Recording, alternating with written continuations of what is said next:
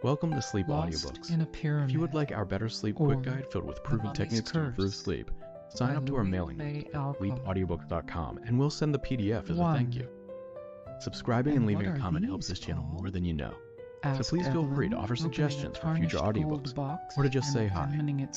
Thank you for listening. We hope you have an excellent night's sleep. Seeds of some unknown This is Sleep Egyptian Audiobooks. plant, replied Forsyth, with a sudden shadow on his dark face, as he looked down at the 3 scarlet grains lying in the white hand lifted to him. "Where did you get them?"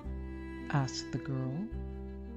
"That is a weird story, which will only haunt you if I tell it," said Forsyth, with an absent expression that strongly excited the girl's curiosity. "Please tell it. I like weird tales, and they never trouble me. Oh, do tell it. Your stories are always so interesting," she cried, looking up with such a pretty blending of entreaty and command in her charming face that refusal was impossible. "You'll be sorry for it, and so shall I, perhaps. I warn you beforehand that harm is foretold to the possessor of those mysterious seeds," said Forsyth, smiling, even while he knit his black brows, and regarding the blooming creature before him with a fond yet foreboding glance. "Tell on.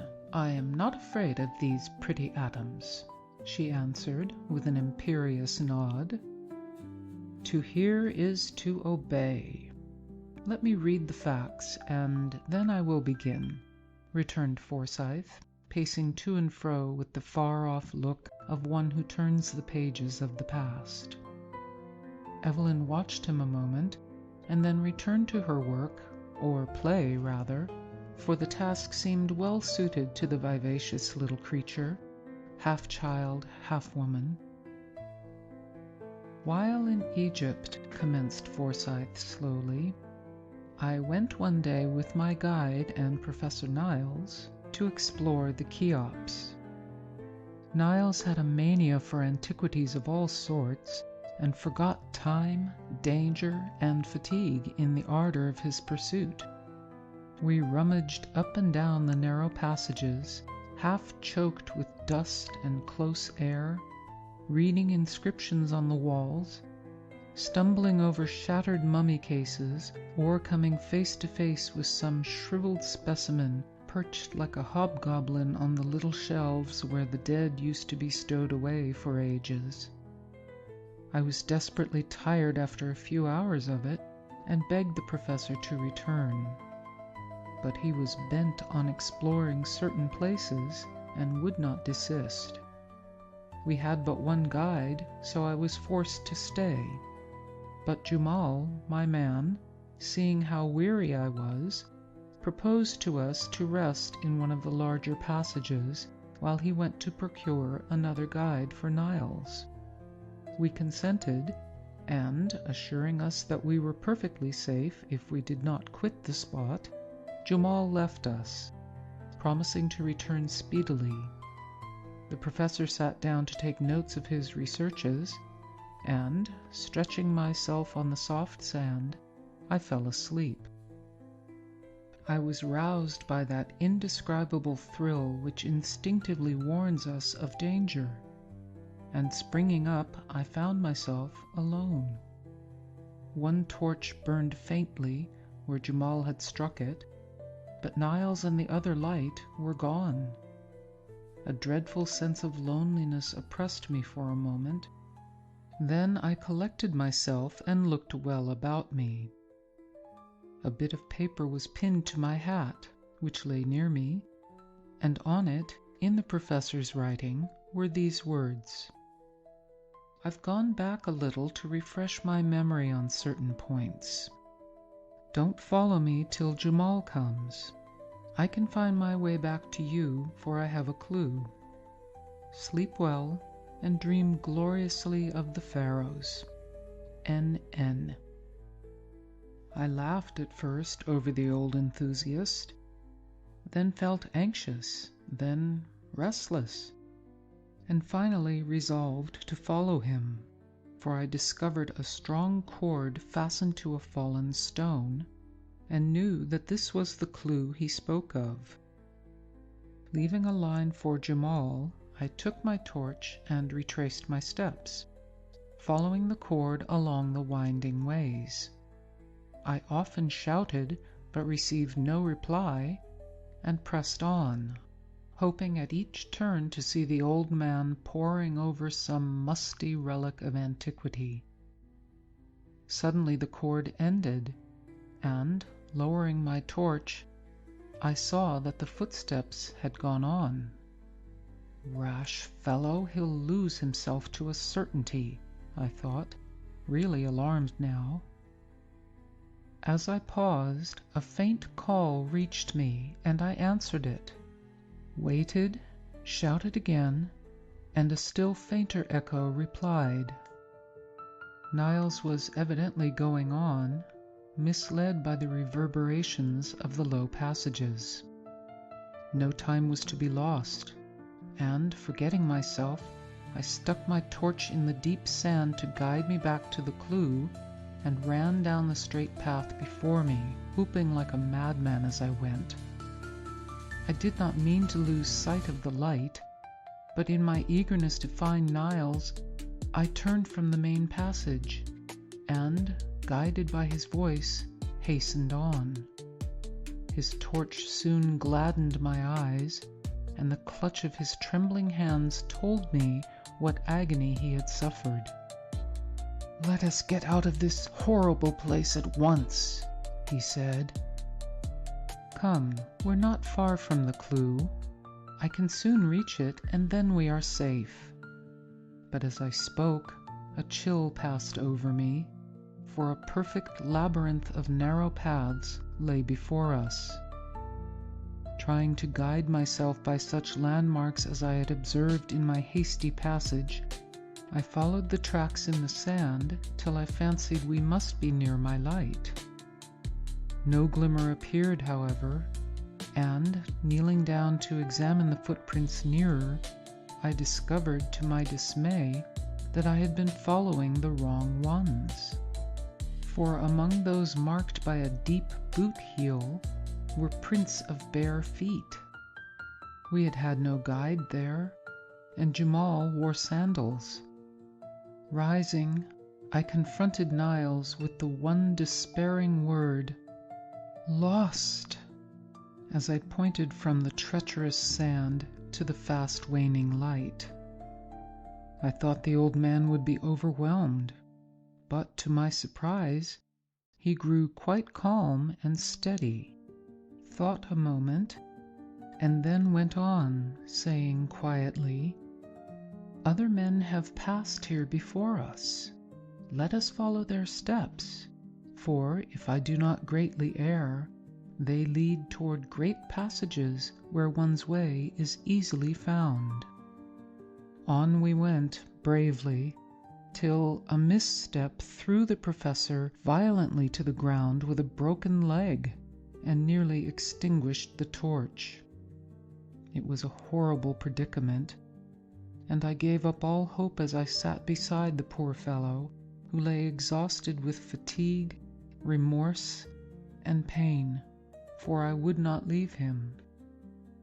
"Paul," he said suddenly, "if you will not go on, there is one more effort we can make. I remember hearing that a party lost, as we are, saved themselves by building a fire. The smoke penetrated further than sound or light, and the guide's quick wit understood the unusual mist. He followed it and rescued the party.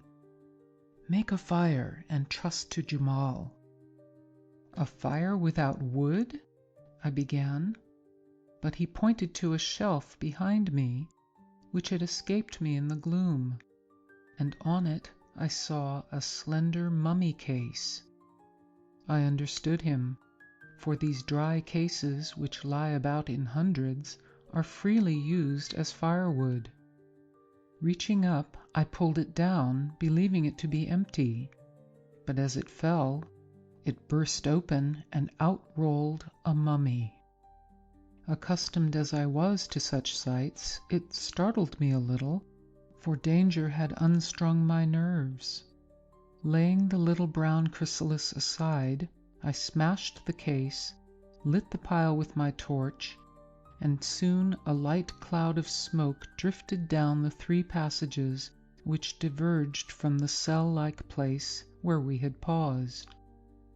While busied with the fire, Niles, forgetful of pain and peril, had dragged the mummy nearer, and was examining it with the interest of a man whose ruling passion was strong, even in death.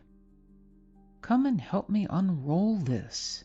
I have always longed to be the first to see and secure the curious treasures put away among the folds of these uncanny winding sheets. This is a woman, and we may find something rare and precious here," he said, beginning to unfold the outer coverings, from which a strange aromatic odor came. Reluctantly I obeyed, for to me there was something sacred in the bones of this unknown woman. But, to beguile the time and amuse the poor fellow, I lent a hand, wondering as I worked if this dark, ugly thing had ever been a lovely, soft-eyed Egyptian girl. From the fibrous folds of the wrappings dropped precious gums and spices, which half intoxicated us with their potent breath, antique coins, and a curious jewel or two, which Niles eagerly examined. All the bandages but one were cut off at last, and a small head laid bare, round which still hung great plaits of what had once been luxuriant hair. The shriveled hands were folded on the breast, and clasped in them lay that gold box. "Ah!" cried Evelyn, dropping it from her rosy palm with a shudder. "Nay, don't reject the poor little mummy's treasure. I never have quite forgiven myself for stealing it, or for burning her," said Forsyth, painting rapidly, as if the recollection of that experience lent energy to his hand. "Burning her? Oh, Paul, what do you mean?" asked the girl, sitting up with a face full of excitement. "I'll tell you. While busied with Madame la Momie, our fire had burned low, for the dry case went like tinder. A faint, far-off sound made our hearts leap, and Niles cried out, 'Pile on the wood! Jamal is tracking us! Don't let the smoke fail now, or we are lost!' There is no more wood. The case was very small and is all gone," I answered, tearing off such of my garments as would burn readily and piling them upon the embers. Niles did the same, but the light fabrics were quickly consumed and made no smoke. "Burn that," commanded the professor, pointing to the mummy. I hesitated a moment. Again came the faint echo of a horn. Life was dear to me. A few dry bones might save us, and I obeyed him in silence. A dull blaze sprung up, and a heavy smoke rose from the burning mummy, rolling in volumes through the low passages and threatening to suffocate us with its fragrant mist. My brain grew dizzy, the light danced before my eyes, strange phantoms seemed to people the air, and, in the act of asking Niles why he gasped and looked so pale, I lost consciousness. Evelyn drew a long breath and put away the scented toys from her lap, as if their odor oppressed her. Forsyth's swarthy face was all aglow with the excitement of his story, and his black eyes glittered as he added, with a quick laugh, "That's all. Jamal found us and got us out, and we both forswore pyramids for the rest of our days." "But the box? How came you to keep it?" asked Evelyn, eyeing it askance as it lay gleaming in a streak of sunshine. "Oh, I brought it away as a souvenir, and Niles kept the other trinkets." "But you said harm was foretold to the possessor of those scarlet seeds," persisted the girl, whose fancy was excited by the tale, and who fancied all was not told. Among his spoils, Niles found a bit of parchment, which he deciphered, and this inscription said that the mummy we had so ungallantly burned was that of a famous sorceress, who bequeathed her curse to whoever should disturb her rest. Of course, I don't believe that curse has anything to do with it, but it's a fact that Niles never prospered from that day. He says it's because he has never recovered from the fall and fright, and I dare say it is so, but I sometimes wonder if I am to share the curse, for I've a vein of superstition in me, and that poor little mummy haunts my dreams still." A long silence followed these words. Paul painted mechanically, and Evelyn lay regarding him with a thoughtful face. But gloomy fancies were as foreign to her nature as shadows are to noonday, and presently she laughed a cheery laugh, saying as she took up the box again, "Why don't you plant them, and see what wondrous flower they will bear?" "I doubt if they would bear anything after lying in a mummy's hand for centuries," replied Forsyth gravely. "Let me plant them and try. You know wheat has sprouted and grown that was taken from a mummy's coffin. Why should not these pretty seeds? I should so like to watch them grow. May I, Paul?" "No, I'd rather leave that experiment untried. I have a queer feeling about the matter, and don't want to meddle myself, or let anyone I love meddle with these seeds. They may be some horrible poison, or possess some evil power, for the sorceress evidently valued them, since she clutched them fast, even in her tomb." "Now you are foolishly superstitious, and I laugh at you. Be generous. Give me one seed just to learn if it will grow. See, I'll pay for it." And Evelyn, who now stood beside him, dropped a kiss on his forehead as she made her request, with the most engaging air. But Forsyth would not yield. He smiled, and returned the embrace with lover-like warmth, then flung the seeds into the fire, and gave her back the golden box, saying tenderly, "My darling, I'll fill it with diamonds or bonbons if you please, but I will not let you play with that witch's spells. You've enough of your own, so forget the pretty seeds and see what a light of the harem I've made of you."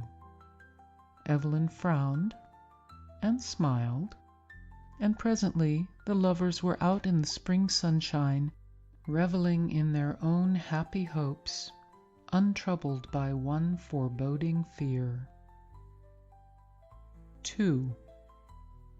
"I have a little surprise for you, love," said Forsyth as he greeted his cousin 3 months later on the morning of his wedding day. "And I have one for you," she answered, smiling faintly. "How pale you are, and how thin you grow!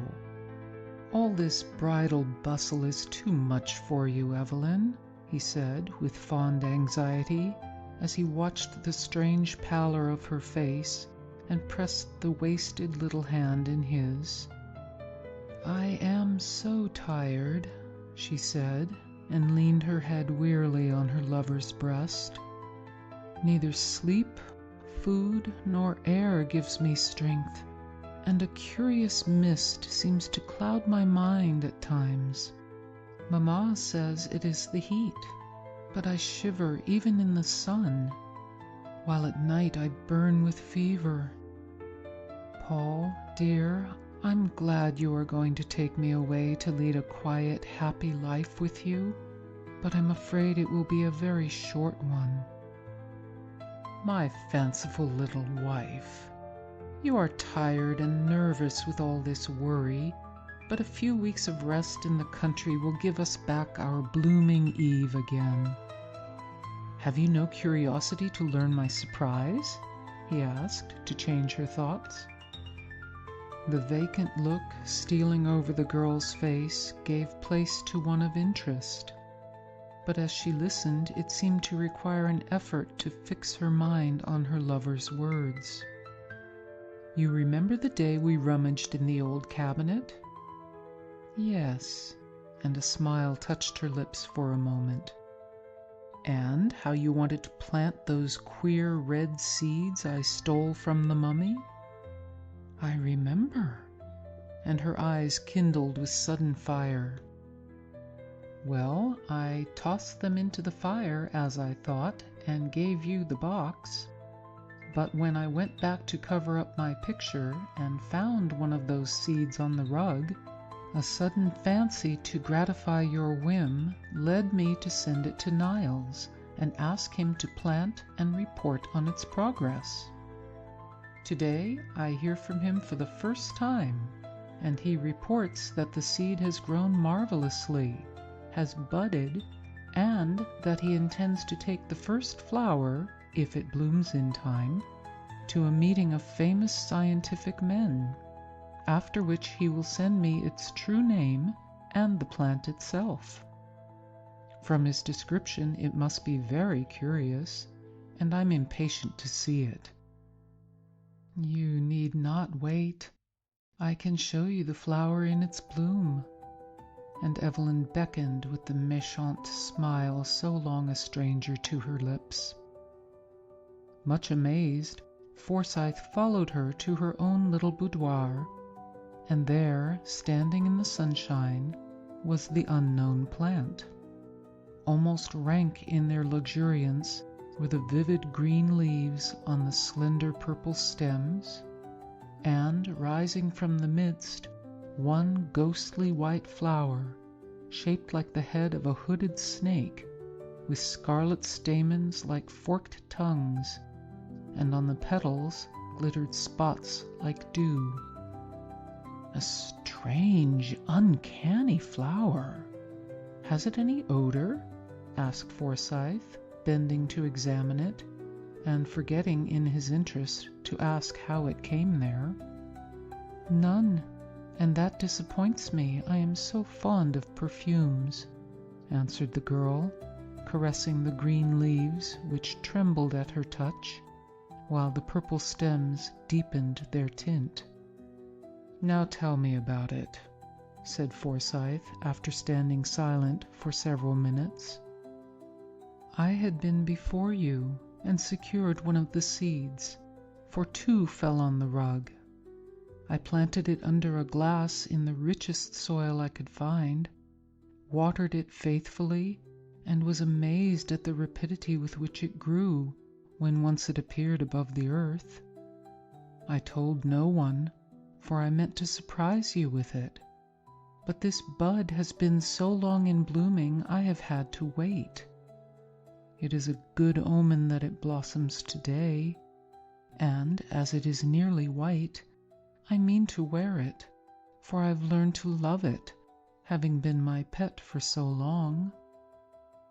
I would not wear it, for in spite of its innocent color, it is an evil-looking plant, with its adder's tongue and unnatural dew.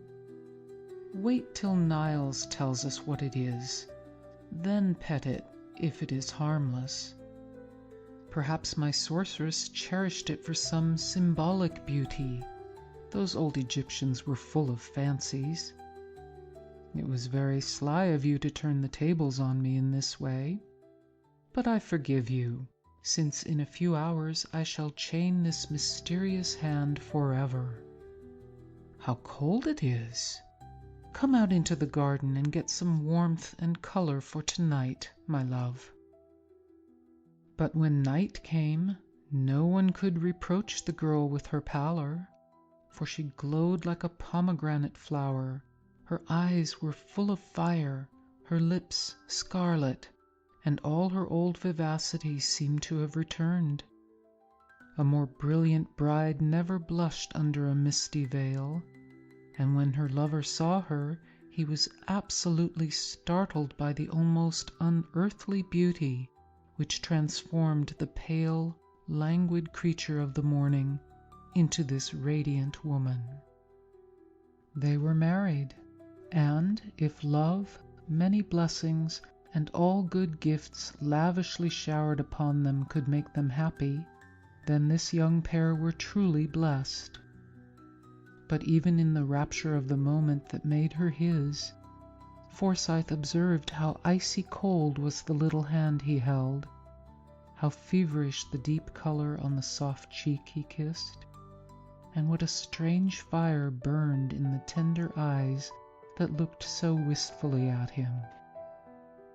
Blithe and beautiful as a spirit, the smiling bride played her part in all the festivities of that long evening, and when at last light, life, and color began to fade, the loving eyes that watched her thought it but the natural weariness of the hour. As the last guest departed, Forsyth was met by a servant who gave him a letter marked "Haste." Tearing it open, he read these lines from a friend of the professor's. Dear Sir, poor Niles died suddenly 2 days ago, while at the Scientific Club, and his last words were, "Tell Paul Forsyth to beware of the mummy's curse, for this fatal flower has killed me." The circumstances of his death were so peculiar that I add them as a sequel to this message. For several months, as he told us, he had been watching an unknown plant, and that evening he brought us the flower to examine. Other matters of interest absorbed us till a late hour, and the plant was forgotten. The professor wore it in his buttonhole, a strange white serpent-headed blossom with pale glittering spots, which slowly changed to a glittering scarlet, till the leaves looked as if sprinkled with blood. It was observed that, instead of the pallor and feebleness which had recently come over him, that the professor was unusually animated, and seemed in an almost unnatural state of high spirits. Near the close of the meeting, in the midst of a lively discussion, he suddenly dropped as if smitten with apoplexy.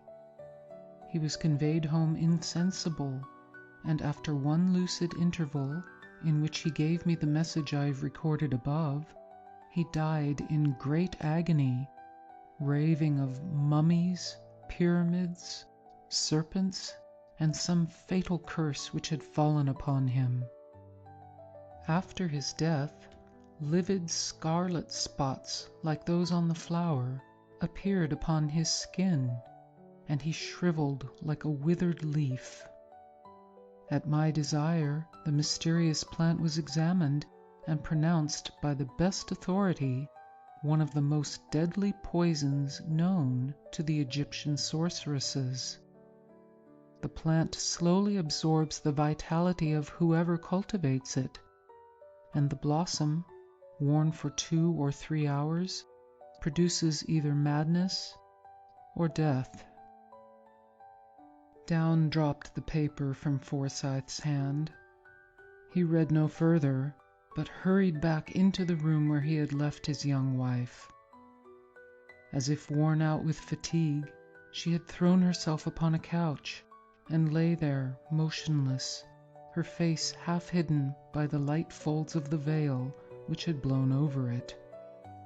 "Evelyn, my dearest, wake up and answer me. Did you wear that strange flower today?" whispered Forsyth, putting the misty screen away. There was no need for her to answer, for there, Gleaming spectrally on her bosom was the evil blossom, its white petals spotted now with flecks of scarlet, vivid as drops of newly spilt blood. But the unhappy bridegroom scarcely saw it, for the face above it appalled him by its utter vacancy. Drawn and pallid, as if with some wasting malady, the young face, so lovely an hour ago, lay before him aged and blighted by the baleful influence of the plant which had drunk up her life. No recognition in the eyes, no word upon the lips, no motion of the hand, only the faint breath, the fluttering pulse, and wide-opened eyes betrayed that she was alive. Alas for the young wife! The superstitious fear at which she had smiled had proved true. The curse that had bided its time for ages was fulfilled at last, and her own hand wrecked her happiness forever. Death in life was her doom, and for years Forsyth secluded himself to tend with pathetic devotion the pale ghost who never, by word or look, could thank him for the love that outlived even such a fate as this. End of Lost in a Pyramid, or The Mummy's Curse. Recording by Louise J. Bell, Sebastopol, California. The Monkey Paw by W. W. Jacobs. Without, the night was cold and wet, but in the small parlor of Laburnum Villa, the blinds were drawn and the fire burned brightly. Father and son were at chess.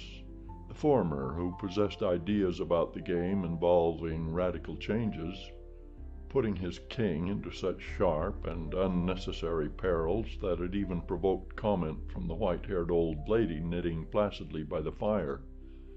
"Hark, at the wind," said Mr. White, who, having seen a fatal mistake after it was too late, was amiably desirous of preventing his son from seeing it. "I'm listening," said the latter, grimly surveying the board as he stretched out his hand. "Check." "I should hardly think that he'd come tonight," said his father, with his hand poised over the board. "Mate," replied the son. "That's the worst of living so far out," bawled Mr. White with sudden and unlooked-for violence. "Of all the beastly, slushy, out-of-the-way places to live in, this is the worst. Pathway's a bog, and the road's a torrent. I don't know what people are thinking about. I suppose because only 2 houses on the road are let, they think it doesn't matter." "Never mind, dear," said his wife soothingly. "Perhaps you'll win the next one." Mr. White looked up sharply just in time to intercept a knowing glance between mother and son. The words died away on his lips, and he hid a guilty grin in his thin gray beard. "There he is," said Herbert White, as the gate banged loudly and heavy footsteps came toward the door. The old man rose with hospitable haste, and opening the door was heard condoling with the new arrival.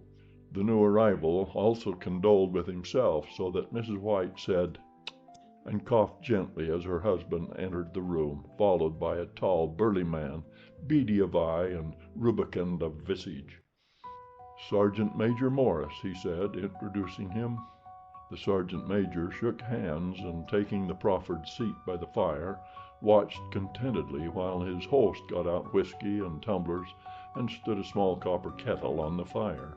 At the 3rd glass his eyes got brighter, and he began to talk, the little family circle regarding with eager interest this visitor from distant parts, as he squared his broad shoulders in the chair and spoke of strange scenes and doughty deeds, of wars and plagues and strange peoples. 21 years of it," said Mr. White, nodding at his wife and son. "When he went away he was a slip of a youth in the warehouse. Now look at him." "He don't look to have taken much harm," said Mrs. White politely. "I'd like to go to India myself," said the old man, "just to look around a bit, you know." "Better where you are," said the sergeant major, shaking his head. He put down the empty glass and, sighing softly, shook it again. "I should like to see those old temples and fakirs and jugglers," said the old man.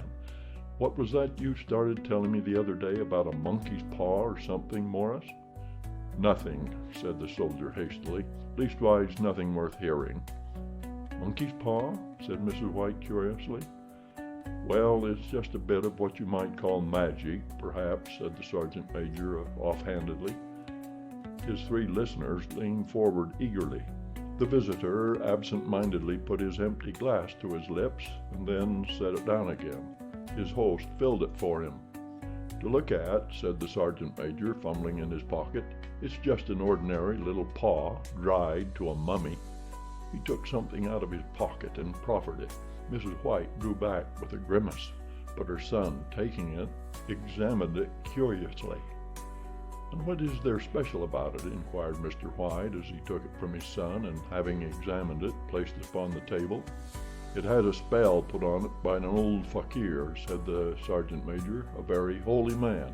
He wanted to show that fate ruled people's lives, and that those who interfered with it did so to their sorrow.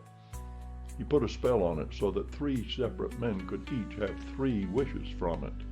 His manner was so impressive that his hearers were conscious that their light laughter jarred somewhat. "Well, why don't you have 3, sir?" said Herbert White cleverly. The soldier regarded him in the way that middle age is wont to regard presumptuous youth. "I have," he said quietly, and his blotchy face whitened. "And did you really have the 3 wishes granted?" asked Mrs. White. "I did," said the sergeant major, and his glass tapped against his strong teeth. "And has anybody else wished?" inquired the old lady. "The first man had his 3 wishes, yes," was the reply. "I don't know what the first 2 were, but the third was for death. That's how I got the paw." His tones were so grave that a hush fell upon the group. "If you've had your 3 wishes, it's no good to you now then, Morris," said the old man at last. "What do you keep it for?" The soldier shook his head. "Fancy, I suppose," he said slowly. "If you could have another 3 wishes," said the old man, eyeing him keenly, "would you have them?" "I don't know," said the other. "I don't know." He took the paw, and dangling it between his front finger and thumb, suddenly threw it upon the fire. White, with a slight cry, stooped down and snatched it off. "Better let it burn," said the soldier solemnly.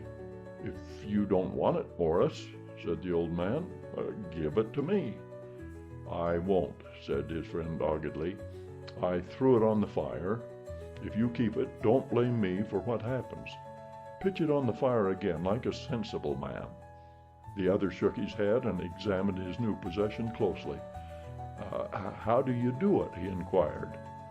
"Hold it up in your right hand and wish aloud," said the sergeant major, "but I warn you of all the consequences." "Sounds like the Arabian Nights," said Mrs. White as she rose and began to set the supper. "Don't you think you might wish for 4 pairs of hands for me?" Her husband drew the talisman from his pocket, and then all 3 burst into laughter as the sergeant major, with a look of alarm on his face, caught him by the arm. "If you must wish," he said gruffly, "wish for something sensible." Mr. White dropped it back into his pocket, and placing chairs, motioned his friend to the table. In the business of supper the talisman was partly forgotten, and afterwards the 3 sat listening in an enthralled fashion to a second installment of the soldier's adventures in India.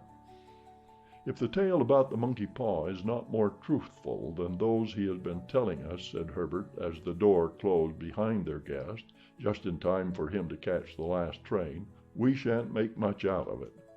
"Did you give him anything for it, father?" inquired Mrs. White, regarding her husband closely. "A trifle," said he, coloring slightly. "He didn't want it, but I made him take it, and he pressed me again to throw it away." "Likely," said Herbert, with pretended horror. "Why, we're going to be rich and famous and happy." Wish to be an emperor, father, to begin with. Then you can't be henpecked." He darted around the table, pursued by the malign Mrs. White, armed with an antimacassar. Mr. White took the paw from his pocket and eyed it dubiously. "I don't know what to wish for, and that's a fact," he said slowly. "It seems to me I've got all I want." "If you only cleared the house you'd be quite happy, wouldn't you?" said Herbert, with his hand on his shoulder. "Well, wish for £200 then. That'll just do it." His father, smiling shamefacedly at his own credulity, held up the talisman as his son, with a solemn face somewhat marred by a wink at his mother, sat down at the piano and struck a few impressive chords. "I wish for £200, said the old man distinctly. A fine crash from the piano greeted the words, interrupted by a shuddering cry from the old man. His wife and son ran toward him. "It moved!" he cried, with a glance of disgust at the object as it lay on the floor. "As I wished, it twisted in my hands like a snake." "Well, I don't see the money," said his son, as he picked it up and placed it on the table, "and I bet I never shall." "It must have been your fancy, father," said his wife, regarding him anxiously. He shook his head. "Never mind, though. There's no harm done. But it gave me a shock all the same." They sat down by the fire again while the two men finished their pipes. Outside the wind was higher than ever, and the old man started nervously at the sound of a door banging upstairs. A silence unusual and depressing settled upon all three, which lasted until the old couple rose to retire for the night. "I expect you'll find the cash tied up in a big bag in the middle of your bed," said Herbert, as he bade them good night, "and something horrible squatting on top of the wardrobe, watching you as you pocket your ill-gotten gains." He sat alone in the darkness, gazing at the dying fire and seeing faces in it. The last face was so horrible and so simian that he gazed at it in amazement. It got so vivid that, with a little uneasy laugh, he felt on the table for a glass containing a little water to throw over it. His hand grasped the monkey paw, and with a little shiver he wiped his hand on his coat and went up to bed. In the brightness of the wintry sun next morning, as it streamed over the breakfast table, Herbert laughed at his fears. There was an air of prosaic wholesomeness about the room, which it had lacked on the previous night, and the dirty, shriveled little paw was pitched on the sideboard with a carelessness which betokened no great belief in its virtues. "I suppose all old soldiers are the same," said Mrs. White. "The idea of our listening to such nonsense! How could wishes be granted in these days? And if they could, how could £200 hurt you, father?" "Might drop on his head from the sky," said the frivolous Herbert. "Morris said the things happened so naturally," said his father, "that you might, if you so wished, attribute it to coincidence." "Well, don't break into the money before I come back," said Herbert, as he rose from the table. "I'm afraid it'll turn you into a mean, avaricious man, and we shall have to disown you." His mother laughed and followed him to the door, watched him down the road, and, returning to the breakfast table, was very happy at the expense of her husband's credulity. All of which did not prevent her from scurrying to the door at the postman's knock, nor prevent her from referring somewhat shortly to retired sergeant majors of bibulous habits, when she found that the post brought a tailor's bill. "Herbert will have some more of his funny remarks, I expect, when he comes home," she said, as they sat at dinner. "I dare say," said Mr. White, pouring himself out some beer. "But for all of that, the thing moved in my hand, that I'll swear to." "You thought it did," said the old lady soothingly. "I say it did," replied the other. "There was no thought about it. I had just— What's the matter?" His wife made no reply. She was watching the mysterious movements of a man outside, who, peering in an undecided fashion at the house, appeared to be trying to make up his mind to enter. In mental connection with the £200, she noticed that the stranger was well dressed and wore a silk hat of glossy newness. 3 times he paused at the gate and then walked on again. The 4th time he stood with his hand upon it, and then with sudden resolution flung it open and walked up the path. Mrs. White at the same moment placed her hands behind her, and hurriedly unfastening the strings of her apron, put that useful article of apparel beneath the cushion of her chair. She brought the stranger, who seemed ill at ease, into the room. He gazed at her furtively and listened in a preoccupied fashion as the old lady apologized for the appearance of the room and her husband's coat, a garment which he usually reserved for the garden. She then waited, as patiently as her sex would permit, for him to broach his business, but he was, at first, strangely silent.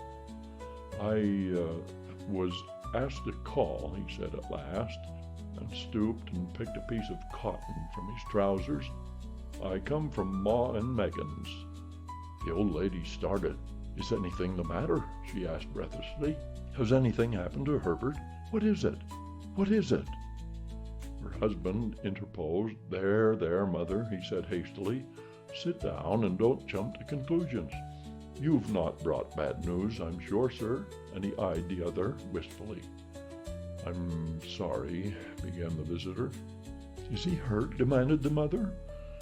The visitor bowed in assent. "Badly hurt," he said quietly, "but he is not in any pain." "Oh, thank goodness," said the old woman, clasping her hands. "Thank goodness for that. She broke off suddenly as the sinister meaning of the assurance dawned upon her, and she saw the awful confirmation of her fears in the other's averted face. She caught her breath, and turning to her slower-witted husband, laid her trembling old hand upon his. There was a long silence. "He was caught in the machinery," said the visitor at length in a low voice. "Caught in the machinery," repeated Mr. White in a dazed fashion. "Yes." He sat staring blankly out at the window, and taking his wife's hand between his own, pressed it as he had been wont to do in their old courting days nearly 40 years before. "He was the only one left to us," he said, turning gently to the visitor. "It is hard." The other coughed, and rising, walked slowly to the window. "The firm wished me to convey their sincere sympathy with you in your great loss," he said without looking round. "I beg that you will understand I am only their servant and merely obeying orders." There was no reply. The old woman's face was white, her eyes staring, and her breath inaudible. On the husband's face was a look such as his friend the sergeant might have carried into his first action. "I was to say that Ma and Megan's disclaim all responsibility," continued the other. "They admit no liability at all, but in consideration of your son's services, they wish to present you with a certain sum as compensation." Mr. White dropped his wife's hand, and rising to his feet, gazed with a look of horror at his visitor. His dry lips shaped the words, How much?" £200 was the answer. Unconscious of his wife's shriek, the old man smiled faintly, put out his hands like a sightless man, and dropped, a senseless heap, to the floor. In the huge new cemetery, some 2 miles distant, the old people buried their dead, and came back to a house steeped in shadow and silence. It was all over so quickly that at first they could hardly realize it, and remained in a state of expectation, as though of something else to happen, something else which was to lighten this load, too heavy for old hearts to bear. But the days passed, and expectation gave place to resignation, the hopeless resignation of the old, sometimes miscalled apathy. Sometimes they hardly exchanged a word, for now they had nothing to talk about, and their days were long to weariness. It was about a week after that the old man, waking suddenly in the night, stretched out his hand and found himself alone. The room was in darkness, and the sound of subdued weeping came from the window. He raised himself in bed and listened. "Come back," he said tenderly. "You will be cold." "It is colder for my son," said the old woman, "and wept afresh. The sound of her sobs died away on his ears. The bed was warm and his eyes heavy with sleep. He dozed fitfully and then slept until a sudden wild cry from his wife awoke him with a start. "The paw!" she cried wildly. "The monkey's paw!" He started up in alarm. Where is it? What's the matter?" She came stumbling across the room toward him. "I want it," she said quietly. "You've not destroyed it?" "It's in the parlor on the bracket," he replied, marveling. "Why?" She cried and laughed together, and bending over kissed his cheek. "I only just thought of it," she said hysterically. "Why didn't I think of it before? Why didn't you think of it?" "Think of what?" he questioned. "The other two wishes," she replied rapidly. "We've only had one." "Was that not enough?" he demanded fiercely. "No," she cried triumphantly. "We'll have one more. Go down and get it quickly and wish our boy alive again." The man sat up in bed and flung the bedclothes from his quaking limbs. "Good heavens, you're mad!" he cried aghast. "Get it," she panted. "Get it quickly and wish. Oh, my boy, my boy." Her husband struck a match and lit the candle. "Get back to bed," he said unsteadily. "You don't know what you're saying." "We had the first wish granted," said the old woman feverishly. "Why not the second?" "A coincidence," stammered the old man. "Go and get it and wish," cried the old woman, quivering with excitement. The old man turned and regarded her, and his voice shook. "He has been dead 10 days, and besides I would not tell you else, but I could only recognize him by his clothing. If he was too terrible for you to see then, how now?" "Bring him back," cried the old woman, and dragged him toward the door. "Do you think I fear the child I have nursed?" He went down in the darkness and felt his way to the parlor and then to the mantelpiece. The talisman was in its place, and a horrible fear that the unspoken wish might bring his mutilated son before him ere he could escape from the room seized upon him, and he caught his breath as he found that he had lost the direction of the door. His brow cold with sweat, he felt his way round the table and groped along the wall until he found himself in the small passage with the unwholesome thing in his hand. Even his wife's face seemed changed as he entered the room. It was white and expectant, and to his fears seemed to have an unnatural look upon it. He was afraid of her. "Wish!" she cried in a strong voice. "It is foolish and wicked," he faltered. "Wish!" repeated his wife. He raised his hand. "I wish my son alive again." The talisman fell to the floor, and he regarded it fearfully. Then he sank trembling into a chair as the old woman, with burning eyes, walked to the window and raised the blind. He sat until he was chilled with the cold, glancing occasionally at the figure of the old woman peering through the window. The candle end, which had burnt below the rim of the china candlestick, was throwing pulsating shadows on the ceiling and walls, until, with a flicker larger than the rest, it expired. The old man, with an unspeakable sense of relief at the failure of the talisman, crept back to his bed, and a minute or two afterward the old woman came silently and apathetically beside him. Neither spoke, but both lay silently listening to the ticking of the clock. A stair creaked, and a squeaky mouse scurried noisily through the wall. The darkness was oppressive, and after lying for some time screwing up his courage, the husband took the box of matches and, striking one, went downstairs for a candle. At the foot of the stairs the match went out, and he paused to strike another, and at the same moment a knock, so quiet and stealthy as to be scarcely audible, sounded on the front door. The matches fell from his hand. He stood motionless, his breath suspended until the knock was repeated. Then he turned and fled swiftly back to his room and closed the door behind him. A third knock sounded through the house. "What's that?" cried the old woman, starting up. "A rat," said the old man in shaking tones. A rat. It passed me on the stairs." His wife sat up in bed listening. A loud knock resounded through the house. "It's Herbert!" she screamed. "It's Herbert!" She ran to the door, but her husband was before her, and catching her by the arm, held her tightly. What are you going to do?" he whispered hoarsely. "It's my boy! It's Herbert!" she cried, struggling mechanically. "I forgot it was 2 miles away. What are you holding me for? Let go! I must open the door." "For heaven's sake, don't let it in!" cried the old man, trembling. "You're afraid of your own son," she cried, struggling. "Let me go. I'm coming, Herbert. I'm coming." There was another knock, and another. The old woman, with a sudden wrench, broke free and ran from the room. Her husband followed to the landing and called after her, appealingly, as she hurried downstairs.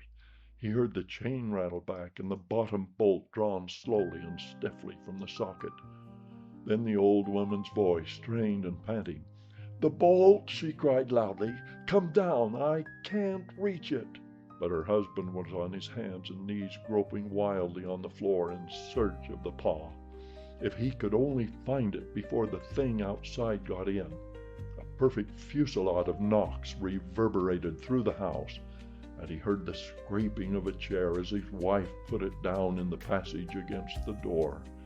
He heard the creaking of the bolt as it came slowly back, and at the same moment he found the monkey's paw, and frantically breathed his third and last wish.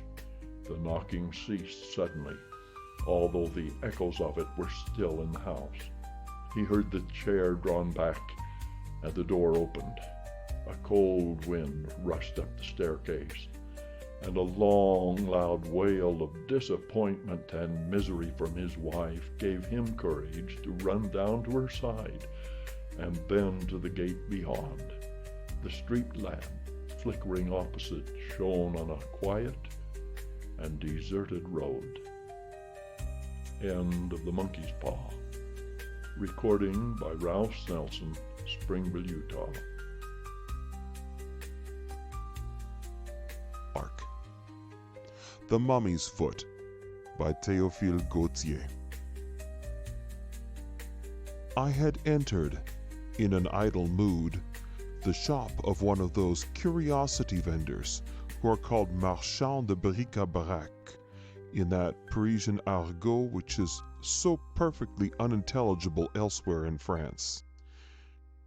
You have doubtless glanced occasionally through the windows of some of these shops, which have become so numerous now that it is fashionable to buy antiquated furniture, and that every petty stockbroker thinks he must have his chambre au Moyen Âge. There is one thing there which clings alike to the shop of the dealer in old iron, the wareroom of the tapestry maker, the laboratory of the chemist, and the studio of the painter. In all those gloomy dens, where furtive daylight filters in through the window shutters, the most manifestly ancient thing is dust. The cobwebs are more authentic than the gimp laces, and the old pear tree furniture on exhibition is actually younger than the mahogany which arrived but yesterday from America. The warehouse of my bric-à-brac dealer was a veritable Capernaum. All ages and all nations seemed to have made their rendezvous there. An Etruscan lamp of red clay stood upon a boule cabinet, with ebony panels, brightly striped by lines of inlaid brass. A duchess of the court of Louis XV nonchalantly extended her fawn-like feet under a massive table of the time of Louis XIII, with heavy spiral supports of oak and carven designs of chimeras and foliage intermingled. Upon the denticulated shelves of several sideboards glittered immense Japanese dishes with red and blue designs relieved by gilded hatching, side by side with enameled works by Bernard Palissy, representing serpents, frogs, and lizards in relief. From disemboweled cabinets escaped cascades of silver-lustrous Chinese silks and waves of tinsel, which an oblique sunbeam shot through with luminous beads, while portraits of every era, in frames more or less tarnished, smiled through their yellow varnish. The striped breastplate of a damascened suit of Milanese armor glittered in one corner. Loves and nymphs of porcelain, Chinese grotesques, vases of celadon and crackleware, Saxon and old Sèvres cups encumbered the shelves and nooks of the apartment. The dealer followed me closely through the tortuous way contrived between the piles of furniture, warding off with his hand the hazardous sweep of my coat skirts, watching my elbows with the uneasy attention of an antiquarian and a usurer. It was a singular face, that of the merchant, an immense skull polished like a knee and surrounded by a thin aureole of white hair, which brought out the clear salmon tint of his complexion all the more strikingly, lent him a false aspect of patriarchal bonhomie, counteracted, however, by the scintillation of two little yellow eyes, which trembled in their orbits like two louis d'or upon quicksilver. The curve of his nose presented an aquiline silhouette, which suggested the Oriental or Jewish type. His hands, thin, slender, full of nerves which projected like strings upon the fingerboard of a violin, and armed with claws like those on the terminations of bats' wings, shook with senile trembling.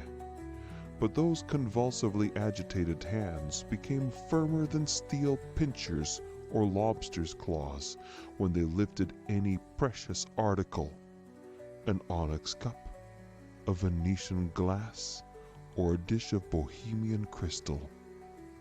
This strange old man had an aspect so thoroughly rabbinical and Kabbalistic that he would have been burnt on the mere testimony of his face 3 centuries ago. "Will you not buy something from me today, sir?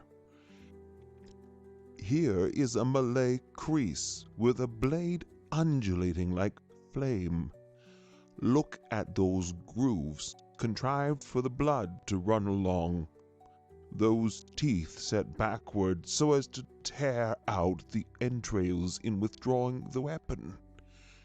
It is a fine character of ferocious arm, and will look well in your collection. This two-handed sword is very beautiful. It is the work of Giuseppe della Era, and this colichemarde with its fenestrated guard. What a superb specimen of handicraft!" "No, I have quite enough weapons and instruments of carnage. I want a small figure, something which will suit me as a paperweight, for I cannot endure those trumpery bronzes which the stationers sell, and which may be found on everybody's desk."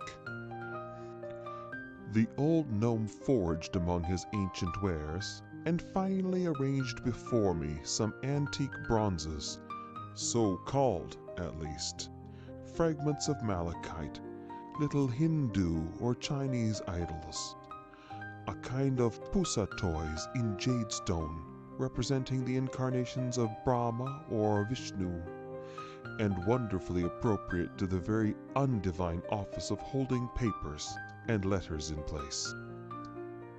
I was hesitating between a porcelain dragon, all constellated with warts, its mouth formidable with bristling tusks and ranges of teeth, and an abominable little Mexican fetish representing the god Vitzliputzli au naturel, when I caught sight of a charming foot, which I at first took for a fragment of some antique Venus.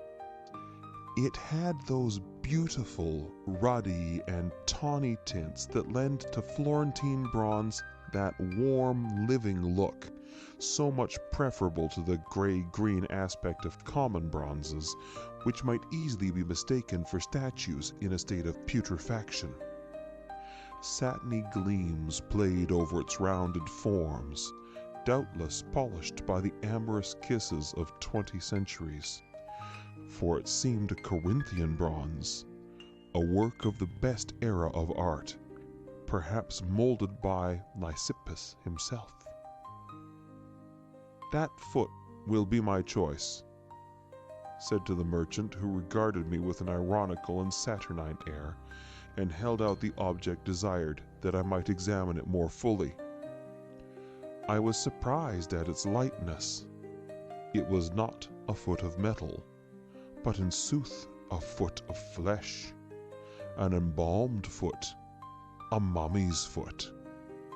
On examining it still more closely, the very grain of the skin and the almost imperceptible lines impressed upon it by the texture of the bandages became perceptible.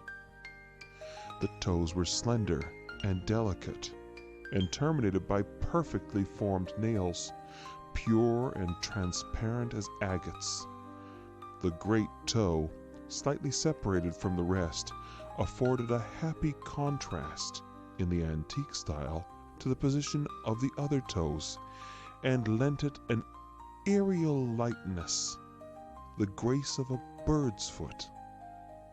The sole, scarcely streaked by a few almost imperceptible cross lines, afforded evidence that it had never touched the bare ground, and had only come in contact with the finest matting of Nile rushes and the softest carpets of panther skin. "Aha! You want the foot of the Princess Hermonthis," exclaimed the merchant with a strange giggle, fixing his owlish eyes upon me.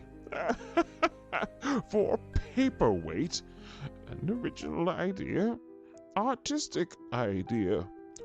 Old Pharaoh would certainly have been surprised had someone told him that the foot of his adored daughter would be used for a paperweight after he had had a mountain of granite hollowed out as a receptacle for the triple coffin, painted and gilded, covered with hieroglyphics and beautiful paintings of the judgment of souls," continued the queer little merchant, half audibly, as though talking to himself.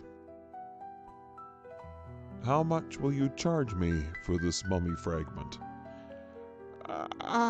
The highest price I can get, for it is a superb piece.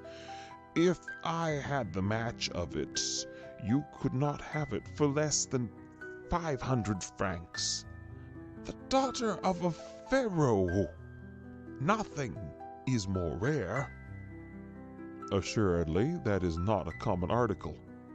But still, how much do you want? In the first place, let me warn you that all my wealth consists of just 5 louis. I can buy anything that costs 5 louis, but nothing dearer.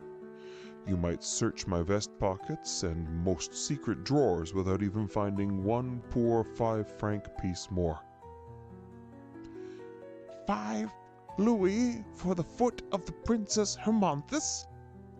That is very little indeed.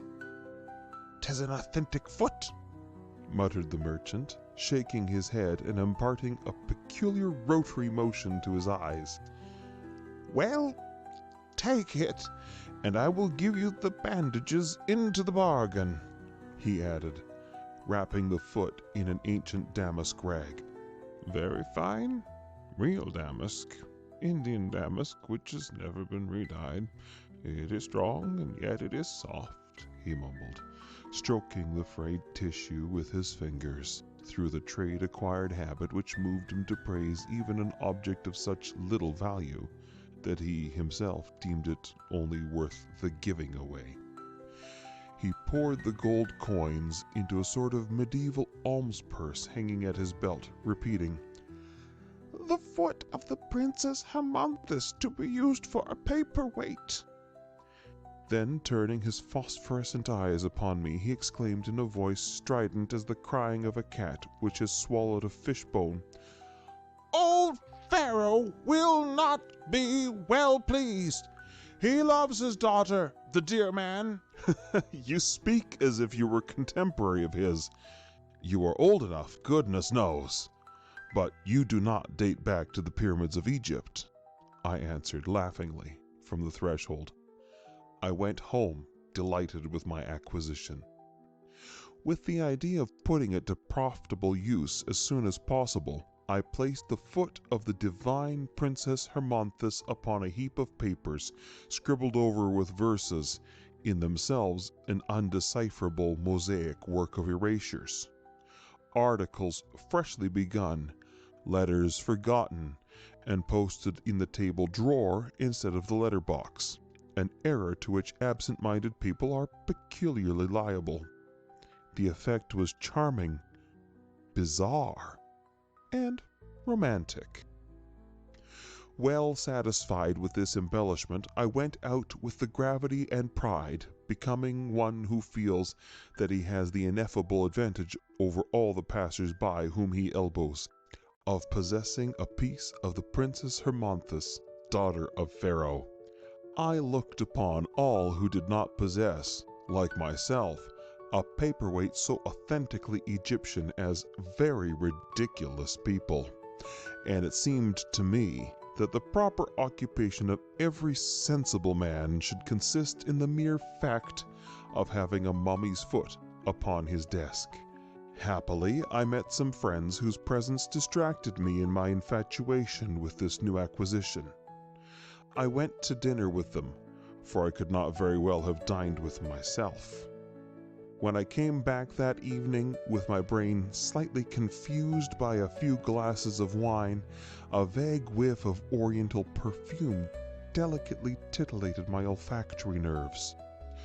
The heat of the room had warmed the natron, bitumen, and myrrh in which the parachiste, who cut open the bodies of the dead, had bathed the corpse of the princess.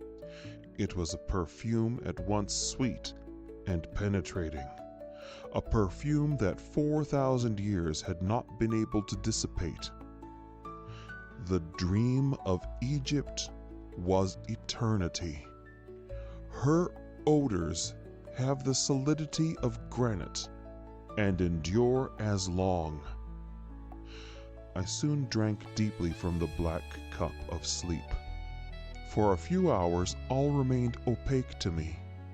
Oblivion and nothingness inundated me with their somber waves. Yet light gradually dawned upon the darkness of my mind. Dreams commenced to touch me softly in their silent flight. The eyes of my soul were opened, and I beheld my chamber as it actually was. I might have believed myself awake but for a vague consciousness which assured me that I slept, and that something fantastic was about to take place. The odor of the myrrh had augmented in intensity, and I felt a slight headache, which I very naturally attributed to several glasses of champagne that we had drunk to the unknown gods and our future fortunes. I peered through my room with a feeling of expectation, which I saw nothing to justify. Every article of furniture was in its proper place. The lamp, softly shaded by its globe of ground crystal, burned upon its bracket. The watercolor sketches shone under the Bohemian glass. The curtains hung down languidly. Everything wore an aspect of tranquil slumber.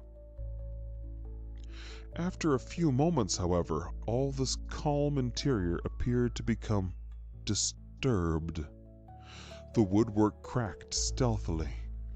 The ash-covered log suddenly emitted a jet of blue flame, and the discs of the pateras seemed like great metallic eyes, watching, like myself, for the things which were about to happen.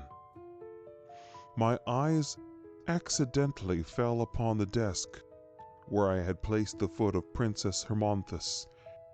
Instead of remaining quiet, as behooved a foot which had been embalmed for 4,000 years, it commenced to act in a nervous manner, contracted itself, and leaped over the papers like a startled frog. One would have imagined that it had suddenly been brought into contact with a galvanic battery. I could distinctly hear the dry sound made by its little heel, hard as the hoof of a gazelle.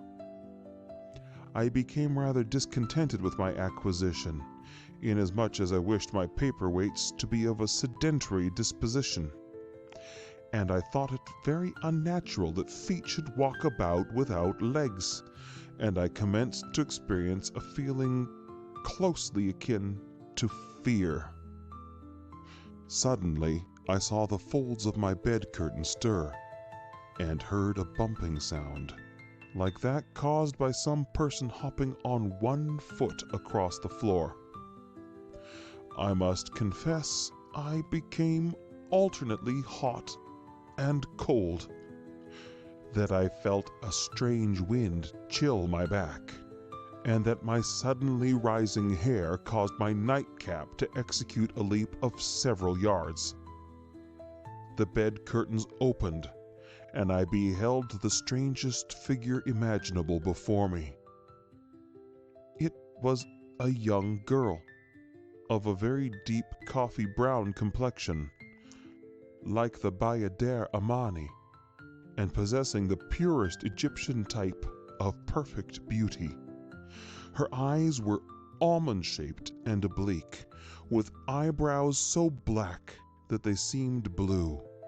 Her nose was exquisitely chiseled, almost Greek in its delicacy of outline, and she might indeed have been taken for a Corinthian statue of bronze, but for the prominence of her cheekbones and the slightly African fullness of her lips, which compelled one to recognize her as belonging beyond all doubt to the hieroglyphic race which dwelt upon the banks of the Nile. Her arms, slender and spindle-shaped like those of very young girls, were encircled by a peculiar kind of metal bands and bracelets of glass beads. Her hair was all twisted into little cords, and she wore upon her bosom a little idol figure of green paste, bearing a whip with 7 lashes, which proved it to be an image of Isis. Her brow was adorned with a shining plate of gold, and a few traces of paint relieved the coppery tint of her cheeks. As for her costume, it was very odd indeed.